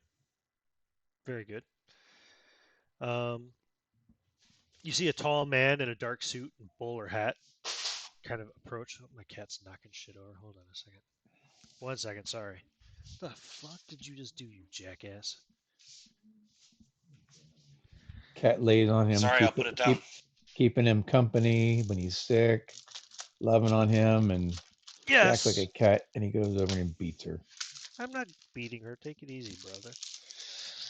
taking away her treats. No, she just knocked over my daughter's fucking box of cookies. Maybe she wanted a cookie. She maybe did. She can't have one. That's what you get for putting things on tables. Well, Yeah. they're in a Tupperware container that's supposed to be sealed, but it wasn't. So she knocked it over and, of course, dumped a bunch of shit. Well, then clearly it's not the cat's fault. You provoked the cat. What was it supposed to do? You tempted the cat with the goodies Jesus that Christ. you obviously have been keeping away from her. They're not my goodies. Were they catnip cookies? No, they're just chocolate chip cookies. Okay, sorry about that. Right. So a tall man in a dark suit and a bowler standing nearby with a briefcase, wearing glasses, a handlebar mustache, and looks to be in his 30s. Rather supercilious in manner. Sitting on the wooden platform bench nearby you anyway, and he's glancing about. Looks a little bit out of place.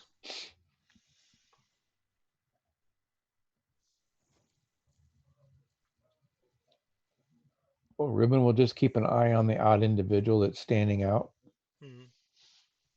There are people of all social classes here, of course, but just he's dressed kind of formally and carrying a briefcase. Doesn't look like he's just going to the regatta anyway. The train arrives with only one car instead of two. During the regatta, most passengers prefer to travel first class, so the single car is only a first class carriage. However, to prevent any inconvenience to users from the lower classes, the railway only charges standard fare. So investigators of lower social station, loyal Gibbs, are doubtless impressed by the sumptuous furnishings on this train car. It is pretty crowded, however, with men and women who are all headed to the regatta, including the man in the bowler hat. But you can all get in and find seats. It is still luxurious and well spacious. So If you yeah, can, maneuver towards the guy with the briefcase to take his seat. you're gonna what? Maneuver towards the guy with the briefcase and sit near him. Okay, no problem. You can do that. Loyal's taking up so much space on your other side anyway, so. I guess I'm there for various reasons, including being your bodyguard. You say bodyguard, I say meat shield. Sure. On paper, it says bodyguard. And remember, he's very good at noticing things. So he's always looking around with not looking around, I guess. Mhm. Fair enough. Um, so the guard is about to blow his whistle when you hear a shout from up the platform. The portly station master is escorting a blind man uh, down the platform. Wears a black suit and hat. He's carrying a stick, walking stiffly. Um, he's rather aged. He's kind of walks awkwardly, even with his walking stick. He has opaque black spectacles covering his eyes. He's clean shaven. Um, yeah, so he makes his way on in, and he sits next to you, Ruben, actually, and right across from the other gentleman with the bowler. And the station What manager. time of the day is it? It was morning. Yeah, it's morning. Good morrow, sir. Who do you say this to? The blind guy. He doesn't respond. He just sits there quietly. Puts his he gently. The station manager gets off the car. What are you going to do gently? Yeah, he's gonna nudge him, and then repeat. Good morning, sir. He doesn't say anything. Well, fuck him. Guard blows his whistle, and the train moves unhurriedly out of the station. The little engine puffs along the riverside route, that being the Thames, of course. Sunlight streams in through the windows of the carriage. The air is fresh and healthful, and the land is verdant. Um, halfway between Shiplake and Henley, the train enters a short tunnel. As the carriage goes dark, a choked scream and a heavy thump occur as a body hits the floor.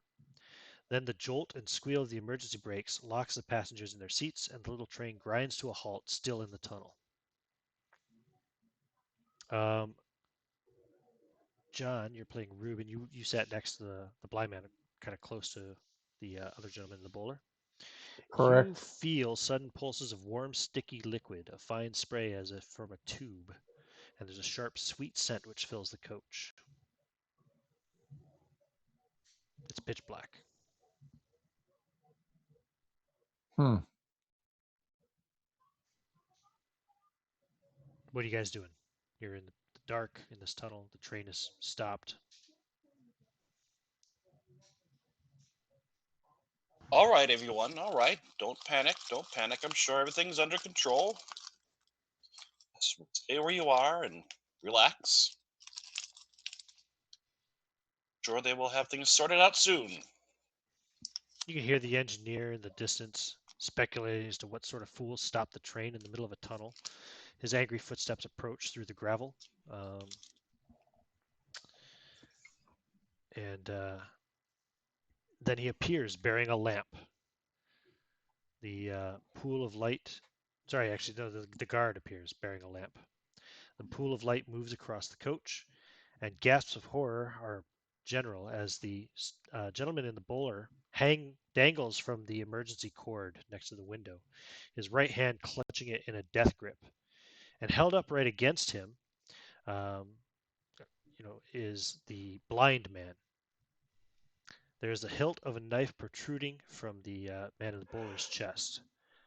The blind man slumps frozen against him as the man in the bowler's blood stains the front of both of their clothes. The stockbroker suddenly gurgles, and the cord slips from his grasp, I should say, as he and the blind man both collapse on the floor. More blood sprays on you, Reuben. and they probably bump up pretty heavily against your legs since you're sitting right next to them. Where's the The briefcase? engineer appears behind the guard. The briefcase is probably sitting on the seat. Yeah, across from you. The engineer and the guard are horrified at the carnage. Um, the engineer says, "You stay here and look after this. I'm going to go to Ship Lake and telegraph the police." And he rushes out while the guard walks over and attempts to take your arm, Reuben, to get you out of there. Well, Reuben will pick up his briefcase, of course, and make his way to wherever he's being directed. Sure. Your briefcase, right? Indeed. Very good. So he will escort you all to get off the train. He leaves an extra lamp there, so there's some light while you're all standing in the dark. But he basically just wants to get people away from the murder scene. So how many people was it in a? Were you in a car or a room? You were in a just a single train car, We all four of us were in there. Yeah, Yeah, it was a train yeah. car. There's only one Benches. car. Yeah. It's the only train going to Henley on Thames for the regatta. Okay. I will be sure to assist the ladies getting off the train. And who is still, aside from the four of us, who is still alive that was in the room with us? That was in The the car train with you, car. you mean? Yeah, in the car with us. Oh, there's a lot of people. But Oh, yeah, It was all the people going to the regatta. yeah. There's a bunch of people. I don't know how many of them there are. Just a bunch of other people who are going to see the boat okay. races. As we're escorted out, I'm just The looking all rowing around. races, I should say. Yeah. Yeah, as we're escorted out, I'm just watching everyone to see if I see anyone, notice anything suspicious, I guess. If Out anybody of saw. place. Yeah, Yeah, out of okay. place. Sure. Give me a spot hidden roll. I mean, like a horribly scarred giant standing amongst regular people. Yeah.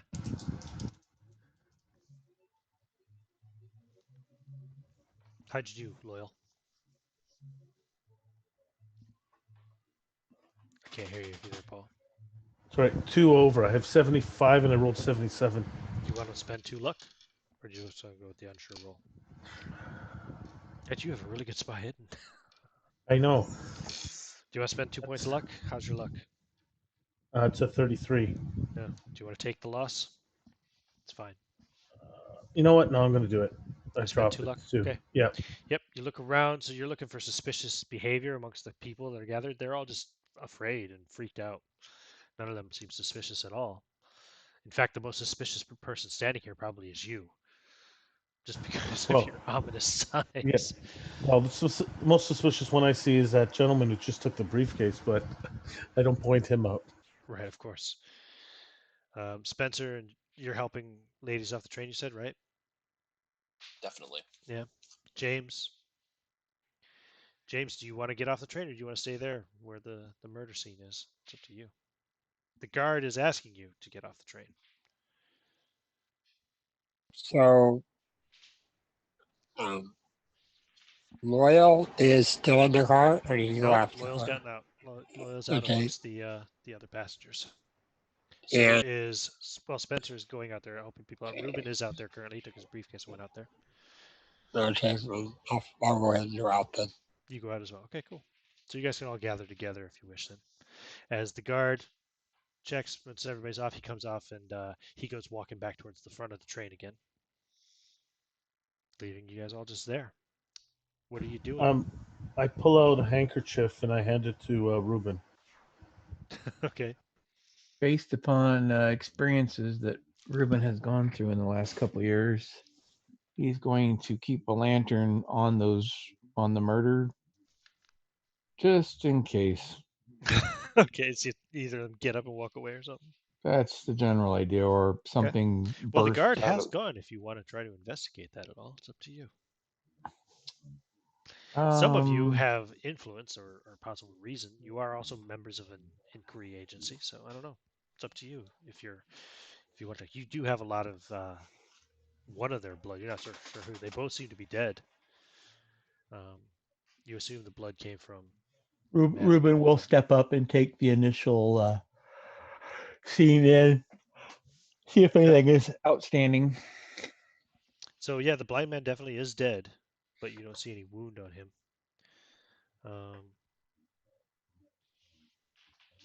So wait, you didn't. Oh yeah, you so the didn't get guard off is the. now setting out warning lights up and down the line as required by regulation, so he's gonna be gone for a little while. Has Ruben gotten off the train yet?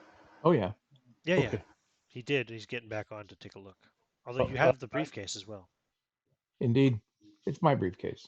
So yeah, okay. so they're both just laying kind of on the floor there now. The knife is still sticking out of the chest of the businessman. The blind man is also lying there next to him now, kind of around his Gonna take legs actually. take note of the knife. Anything that stands out? Let's see. So as you're looking at him, you can see he has at least 3 wounds, including the one that the knife is currently in, which is directly through his Just heart. just for the sake of being able to roll it, could he appraise the knife from where he is to get a general idea what it Yeah, let me see value what you can and tell you about the knife. source? It's embedded up to its plain circular guard in his chest. The hilt is of fine copper wire wrapped over an iron tang. The iron pommel is globular, and smooth, except for an encircling relief, which is that of a stylized serpent. Pommel, tang, and blade are cast as one, although you can't see the blade currently.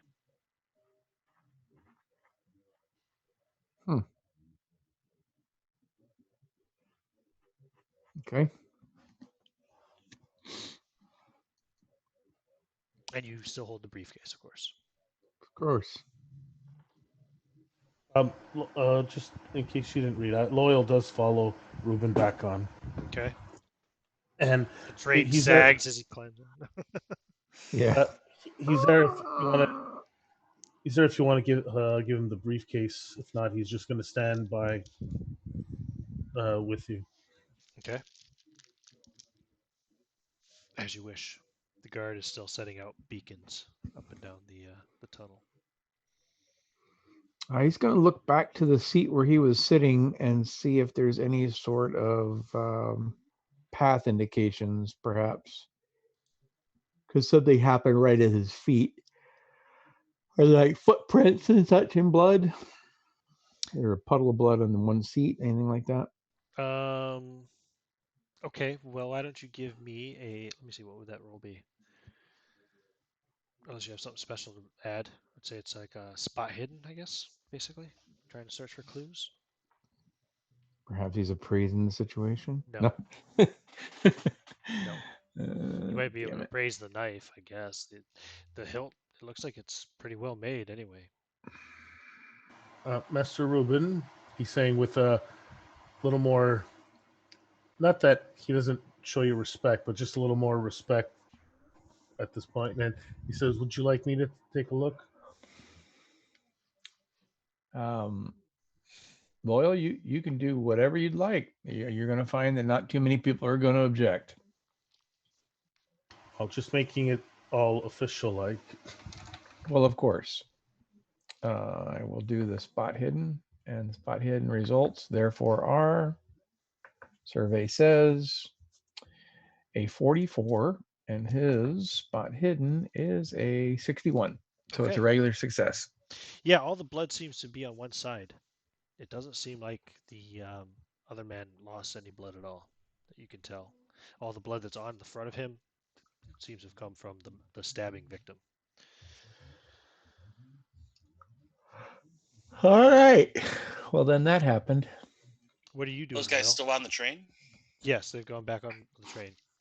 The All guard three is of them? working his way one way down the tunnel, setting out warning beacons. Okay. I'm Yeah. gonna go back to the door and lean in and say, "Are you guys coming along, or what's going on?" There's nowhere to Doing go. You a, guys are a just bit of waiting for the police to cursory arrive. investigation. Oh, investigation, and I'll haul my way back on. Fascinating. I whip out my notebook and start taking notes. So, what do we know so far? Uh, 2 dead individuals. One was blind, has no apparent wounds. The other was stabbed multiple times and bled out here. Is there anything notable about the little old man? Does he look Blind man? Yeah. Let me see. What can I tell you about the blind man? He's dead, dripping with blood, but not wounded. The fresh blood on him, plainly that from the other man. His limbs are stiffened with rigor mortis, which is apparently why the 2 corpses remained upright for several seconds before collapsing on the ground.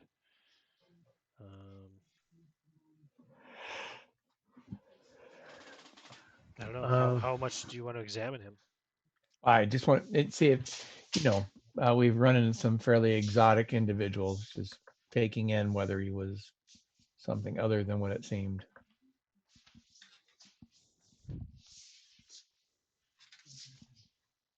Is that normal for the body to not have fallen like that right away? No, actually. It's not normal for it to be a rigor mortis that fast, usually. It takes hours, and it could last for a day. How long were we aboard the train before this happened? Oh, that's a good question. Let me see. I'm going to have to Google that because it doesn't really say in here. Let's see. I'm looking at times right now based on modern day. Basically, I mentioned, was he dead before? Trains? Like today, they go in 12 minutes. But I'm guessing then it was probably a little slower. At least an hour? I don't know. No, Half an hour? I'd say maybe 15 minutes. Say you're on the train 15 minutes. Okay. So not long. He didn't respond to you, so the question is, when did he actually pass?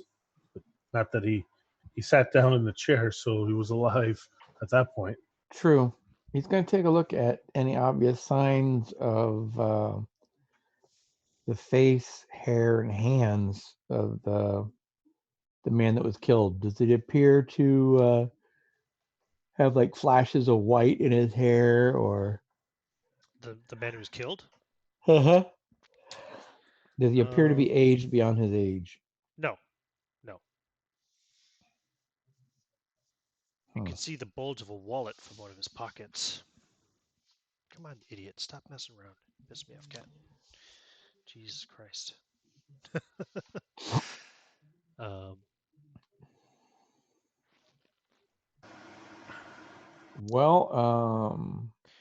Give me an idea roll. I will. Okay. Stand by. Idea roll. Oh, yeah, for sure. 51. You reach over to the blind man, realizing like the only reason you have to believe that he's blind is these dark shades he's wearing. Right. Which look opaque. Move them. Take them off? Sure. He's not merely sightless, but eyeless. He has empty, hollow sockets. Of course. He will use his little pocket knife and open the mouth, see if he's missing a tongue as well. Oh. Should you be doing that? I think you should be watching for the guard. Yeah, you do that. Oh, you pop his yes, mouth very open well. a little bit. Yes. And his breath is horrible. It just reeks. Do you have any history in biology or anatomy? Have you ever like dealt with corpses? I mean, I know you've been to the morgues a couple times, but do you have any skills associated with that? Any experience? I'm looking. No, he's primarily, well, he's got a lot of occult, so I'm going to say at least some of it would have to have been dealing with dead bodies. Give me an occult roll.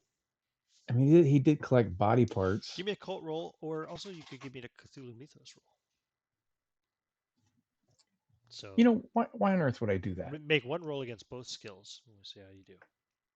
Just one roll. Okay. What'd you roll? Stand by. All right. First one, we'll do the mythos, which was a 40, and that's a fail. Okay, but that would be a pass on your occult. What's your occult? Oh, for sure. The Okay. Colt's an 80. Okay, so it's a hard success on the occult. Oh, So I'll give you some knowledge, some information anyway. Something's wrong with this guy. This guy has this cadaver. This body has been dead more than fucking a few minutes. that's what I figured. A lot more.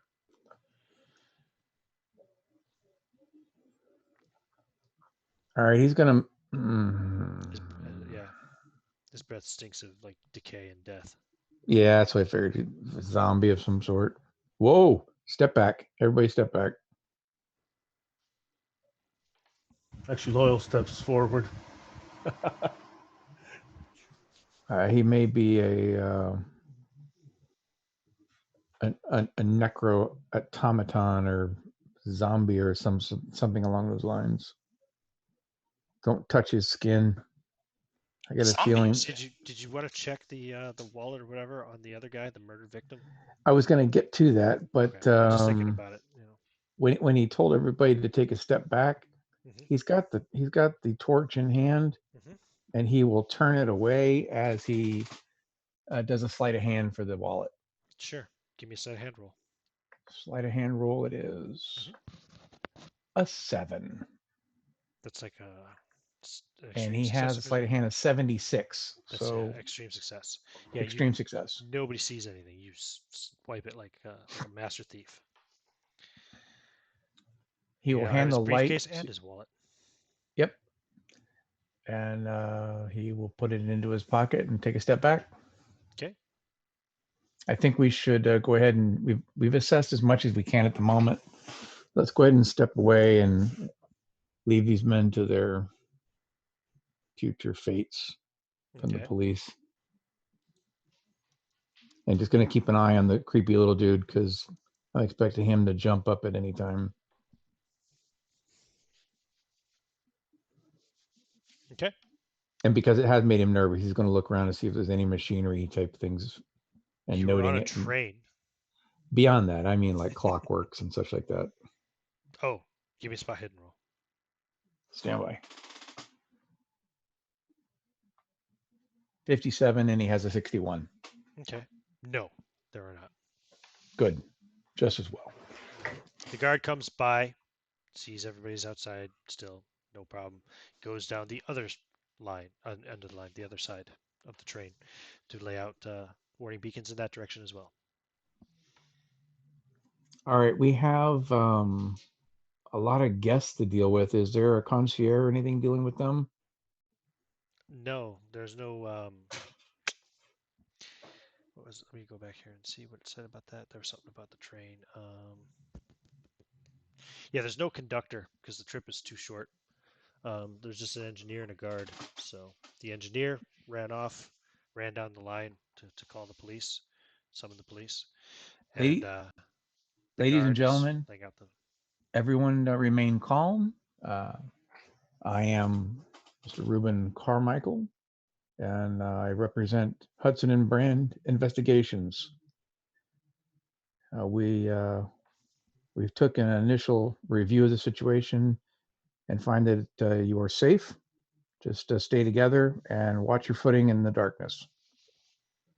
Okay. Yeah, they're all trying to stay huddled around the beacon. You know. Sure. He will go over and soothe any rattled nerves if he can.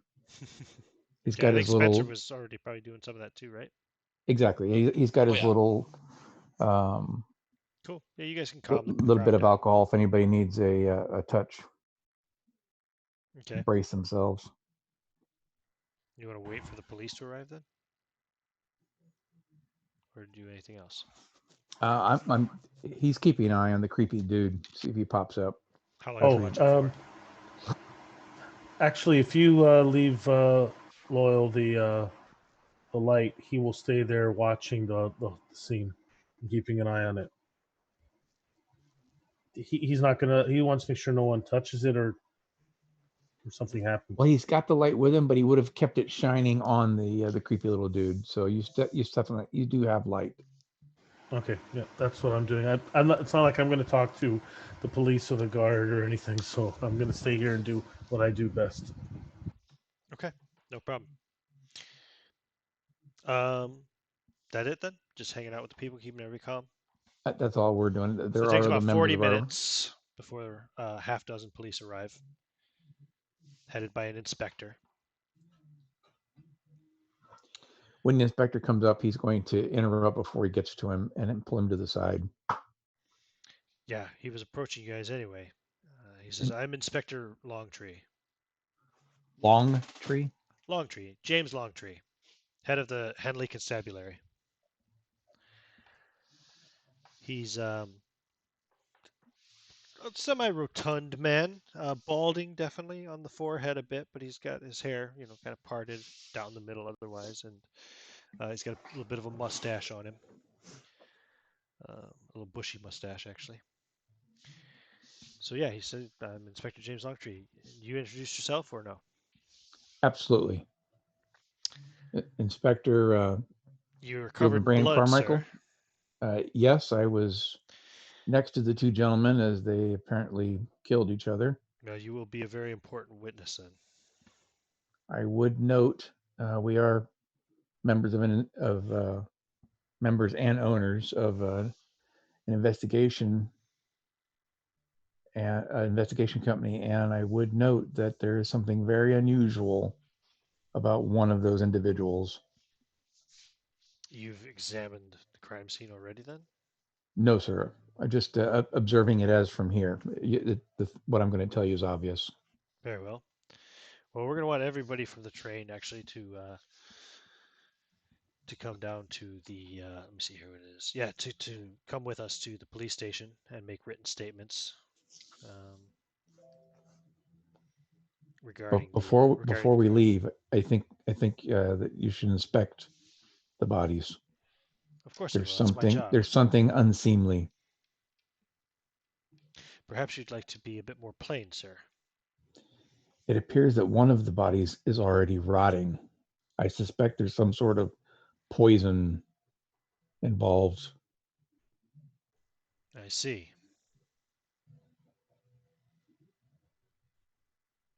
No, I will certainly see what I can find. In the meantime, if you will please go with my officers to the station to write your reports, your statements. Sorry. Okay, well he's done his due diligence. If he gets killed by the zombie, it is what it is. Mm-hmm. All right, Low Hill will get up at this point, and like he was crouched over, keeping an eye on it, and he'll stand up now and exit. Inspector, Inspector he's with us. Longtree looks up at him. He's with us. I see. Very well. Well, we'll need his statement as well. All of you, please. So yes, so they will then escort you to Henley-on-Thames to, instead of going to the regatta, you're going to the police station to make a written statement. As we're walking out of the tunnel, I'm going to engage the inspector and say, surely you won't need to sequester all of these folks. Many of them were on far ends of the car, far from any of the action. They're just on their way to enjoy a day at the regatta. Be a shame to have them miss such an occasion. I see. And you are? Spencer Tillman, author.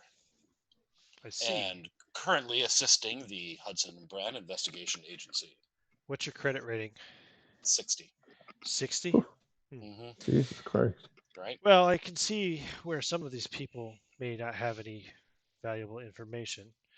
Perhaps we'll ask some precursory questions before sending them. You were sitting nearby as well? Oh, yes. So I have no problem making the statement. Very well. So yeah, you just saved like a good portion of the passengers on the train who didn't actually see anything. Of course, I talk loud because I'm a filthy American. So hopefully they all heard that. Nice. Perfect. Very well. And anything from James?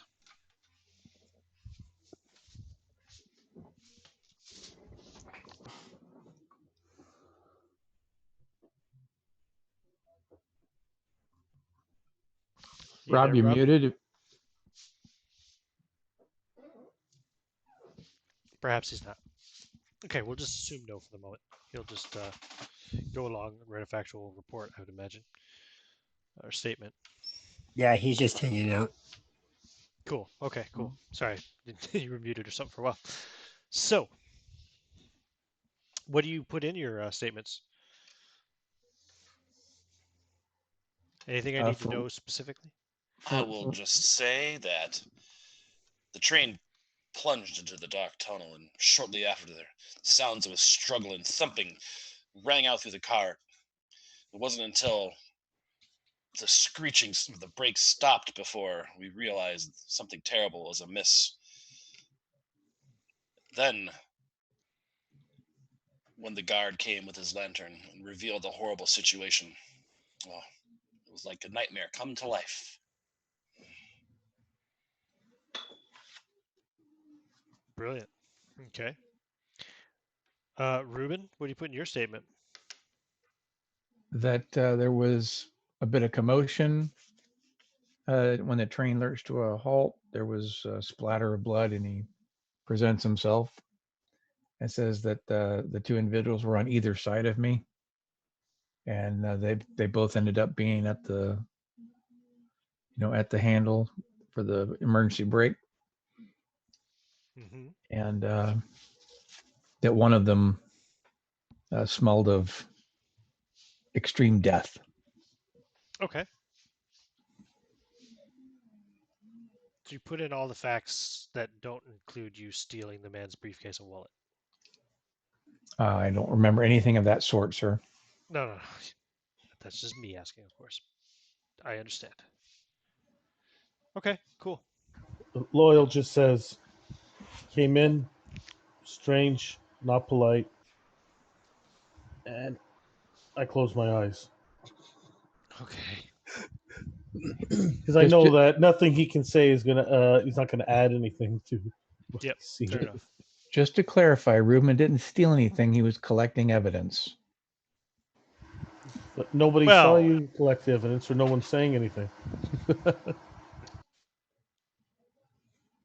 in fairness, any investigator of higher social status. Oh no, that's the wrong thing. That's not the right section. There's a thing in here, but I can't recall exactly what it work on here.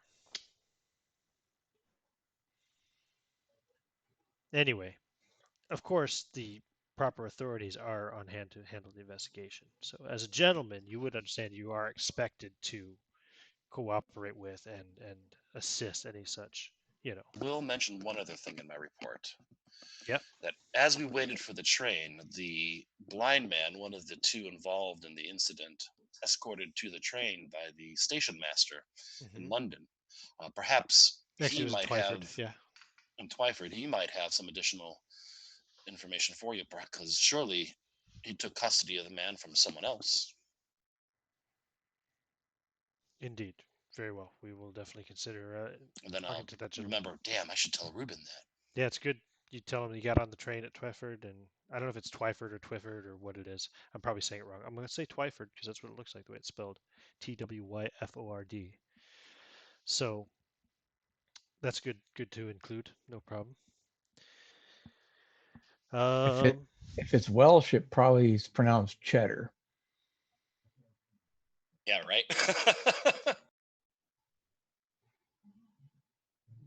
Okay. Anything else?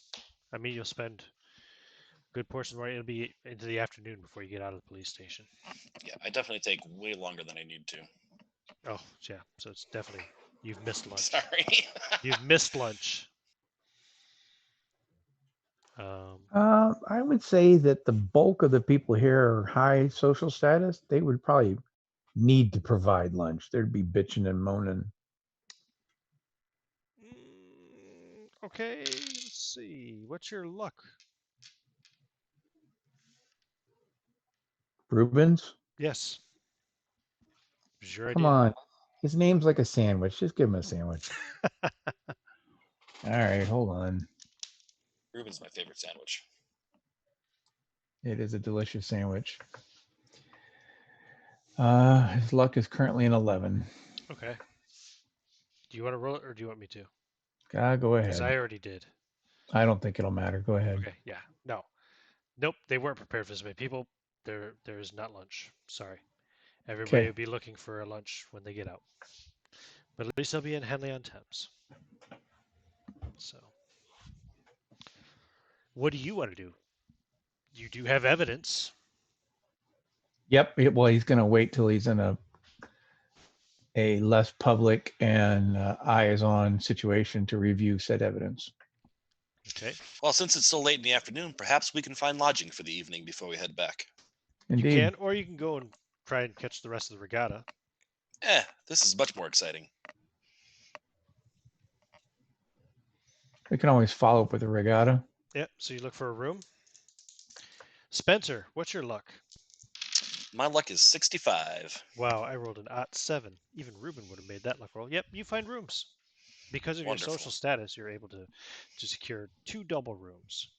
Wonderful. Not 4 individual rooms, because the regatta's on, so a lot of the rooms are taken. Exactly.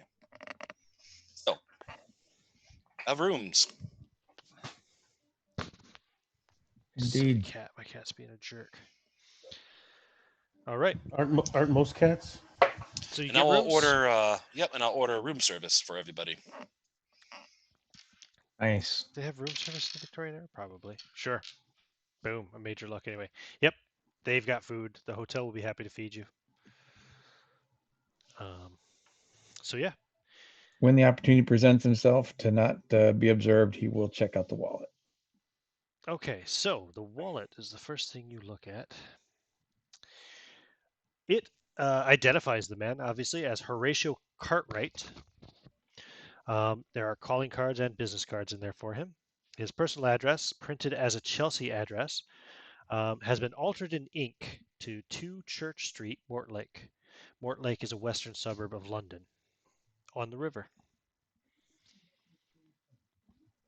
Okay. Loaded with cash. Yeah, there's a bit of cash in there for sure. I don't know an amount exactly, but he had some money, some cash in hand. Yeah, There's whatever. enough to get like a hotel room and buy dinner. Yeah, for sure. There was no cash in the wallet. Then that's what you're saying. I see. So that's paid for your hotel room and your room service. Very good. Anything of note hidden away in a side pocket or such? Oh no, you just grabbed the wallet. That's what I mean. Are there any side in the side pockets? pocket of the wallet? No, that's it. And then he will take a look at the briefcase. The briefcase has papers from assorted companies concerning investments and prospects, all unremarkable, identifying him as a stockbroker. However, let's see here. Give me a, what would we call this? Give me a spot hidden roll. I guess you're investigating a clue, unless you have another one that you think would be a better skill to use. Finding clues. Is it specifically all the paperwork and all? Yep, it's in all the business papers and stuff. Not to keep applying it, but would appraise fall into that or no? Is that just items in hand? Okay. No. How about library use? Yes, go for it. Because papers aren't organized. 57, and he has a 66 library. Or accounting would have worked too. Okay, cool. Accounting is not his thing. You do find one innocuous letter from an Elias Cartwright, and this guy's name is Horatio Cartwright, right? Right. Concerning a small sale of stock,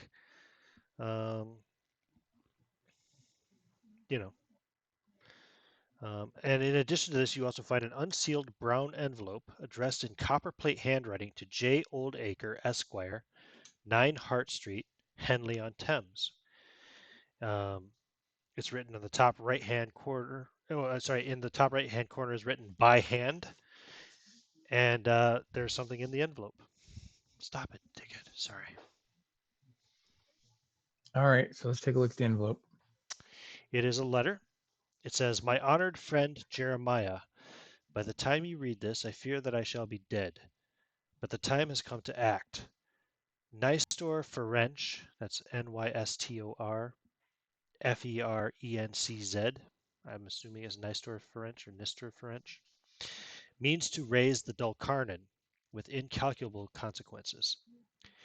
He boasted much in his converse with me, and now I fear I know too much for his liking. Olaus Wormius I have instructed Horatio to hide, and by now he should have destroyed the Green Man if all has gone well. I have buried the other things at Robin Hood's bower, you know where. Go quickly and beware of blind men who are not what they seem. Elias. Damn it. And you know what I'll do? Because I'm a jet like that, is I will take a screen cap of this, and then I'll put it into a handout that I can send to you in the chat. He will put the briefcase open on the table with the wallet Mhm. and lay it out and say, "Gentlemen, in the heat of the moment, I seem to have picked up the wrong briefcase, and it belongs to the dead man." The heat of the moment, you say? Indeed. Interesting. Oh, that's quite all right. I don't think you meant any harm. I think we may have uncovered too much salt in the pudding, as it were. It seems that the dead man and the blind man are both mentioned in this letter. And he shows him the letter Oh, in context. how bizarre. Welcome to our world, sir. Welcome to our world. I would like to examine the briefcase, looking for any hidden compartments or something. Nope, you don't find any. And Ruben, you recognize that handwriting on that letter is also the same handwriting on the stock trading thing with Elias Cartwright. What was the first thing you said after about You know what I mean? The papers for from the sorry, real quick. The small sale stock, yeah, from Elias Cartwright. Sorry. What did you want to ask, Loyal? The other papers? Yeah, I wanted to know if they'll examine the briefcase for any hidden compartments or Nope, something. there's no hidden compartments. Oh, okay. Okay, so Oh yeah, I need to send that to you in the chat. I'm suggesting that we find this Elias Cartwright, and I have his information there, right? Address and so forth, the returns.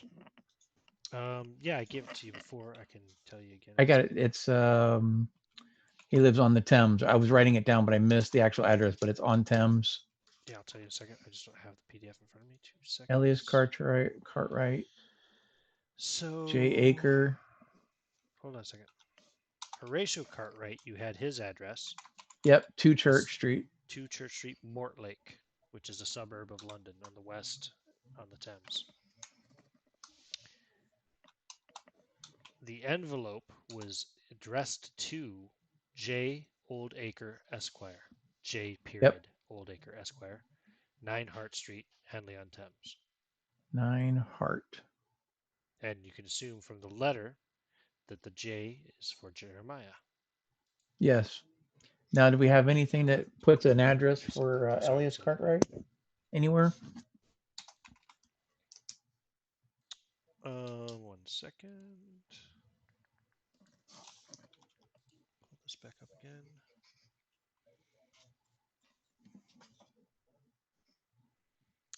I didn't necessarily need the address for what I was going to say. I was just looking to see if we had it. Well, you had the transaction sale of stock. Would that have his address on it?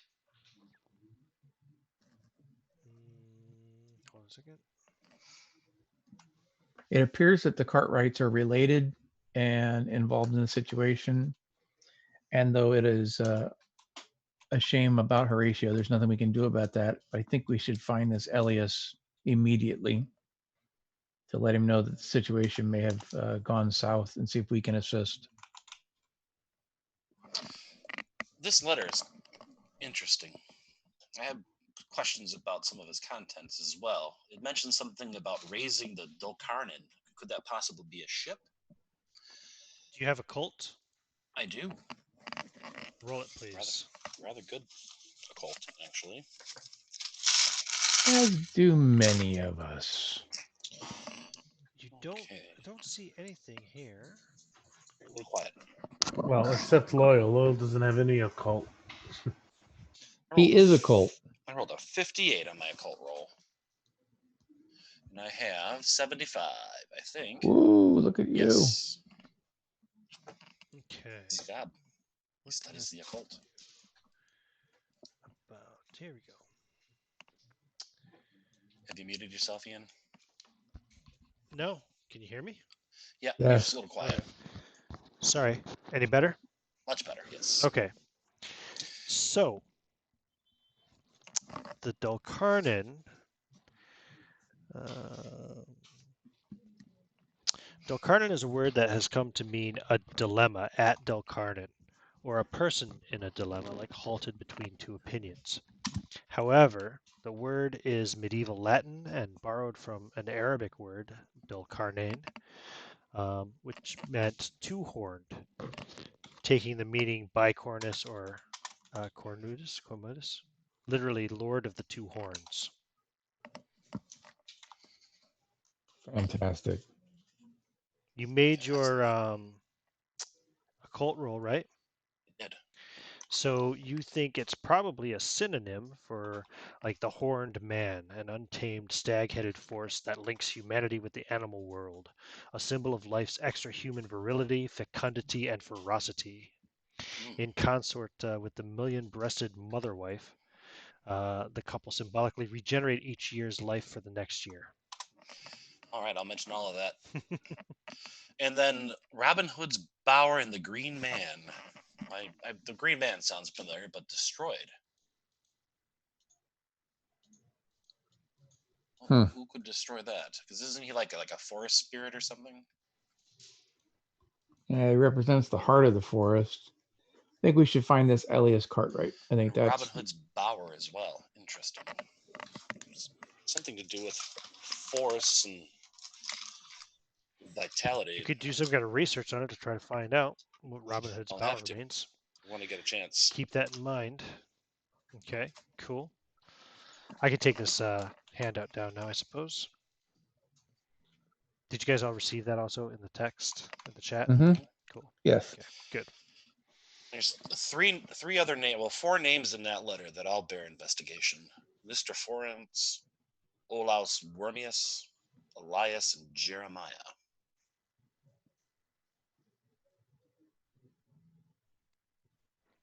Indeed. Okay. Cool. So that's June 2nd. Oh, and Horatio. You're in a hotel. Looking into all this, it's probably by this point in time you've had your room service lunch, and it's probably getting into the afternoon. And I think that's a good place to actually stop this first session.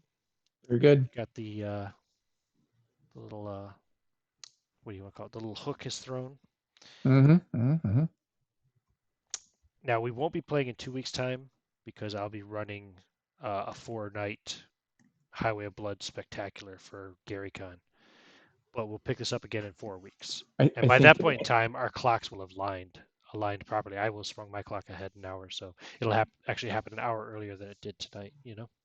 I would say that every session of Highway of Blood is spectacular. I hope so. I think it will be. All right.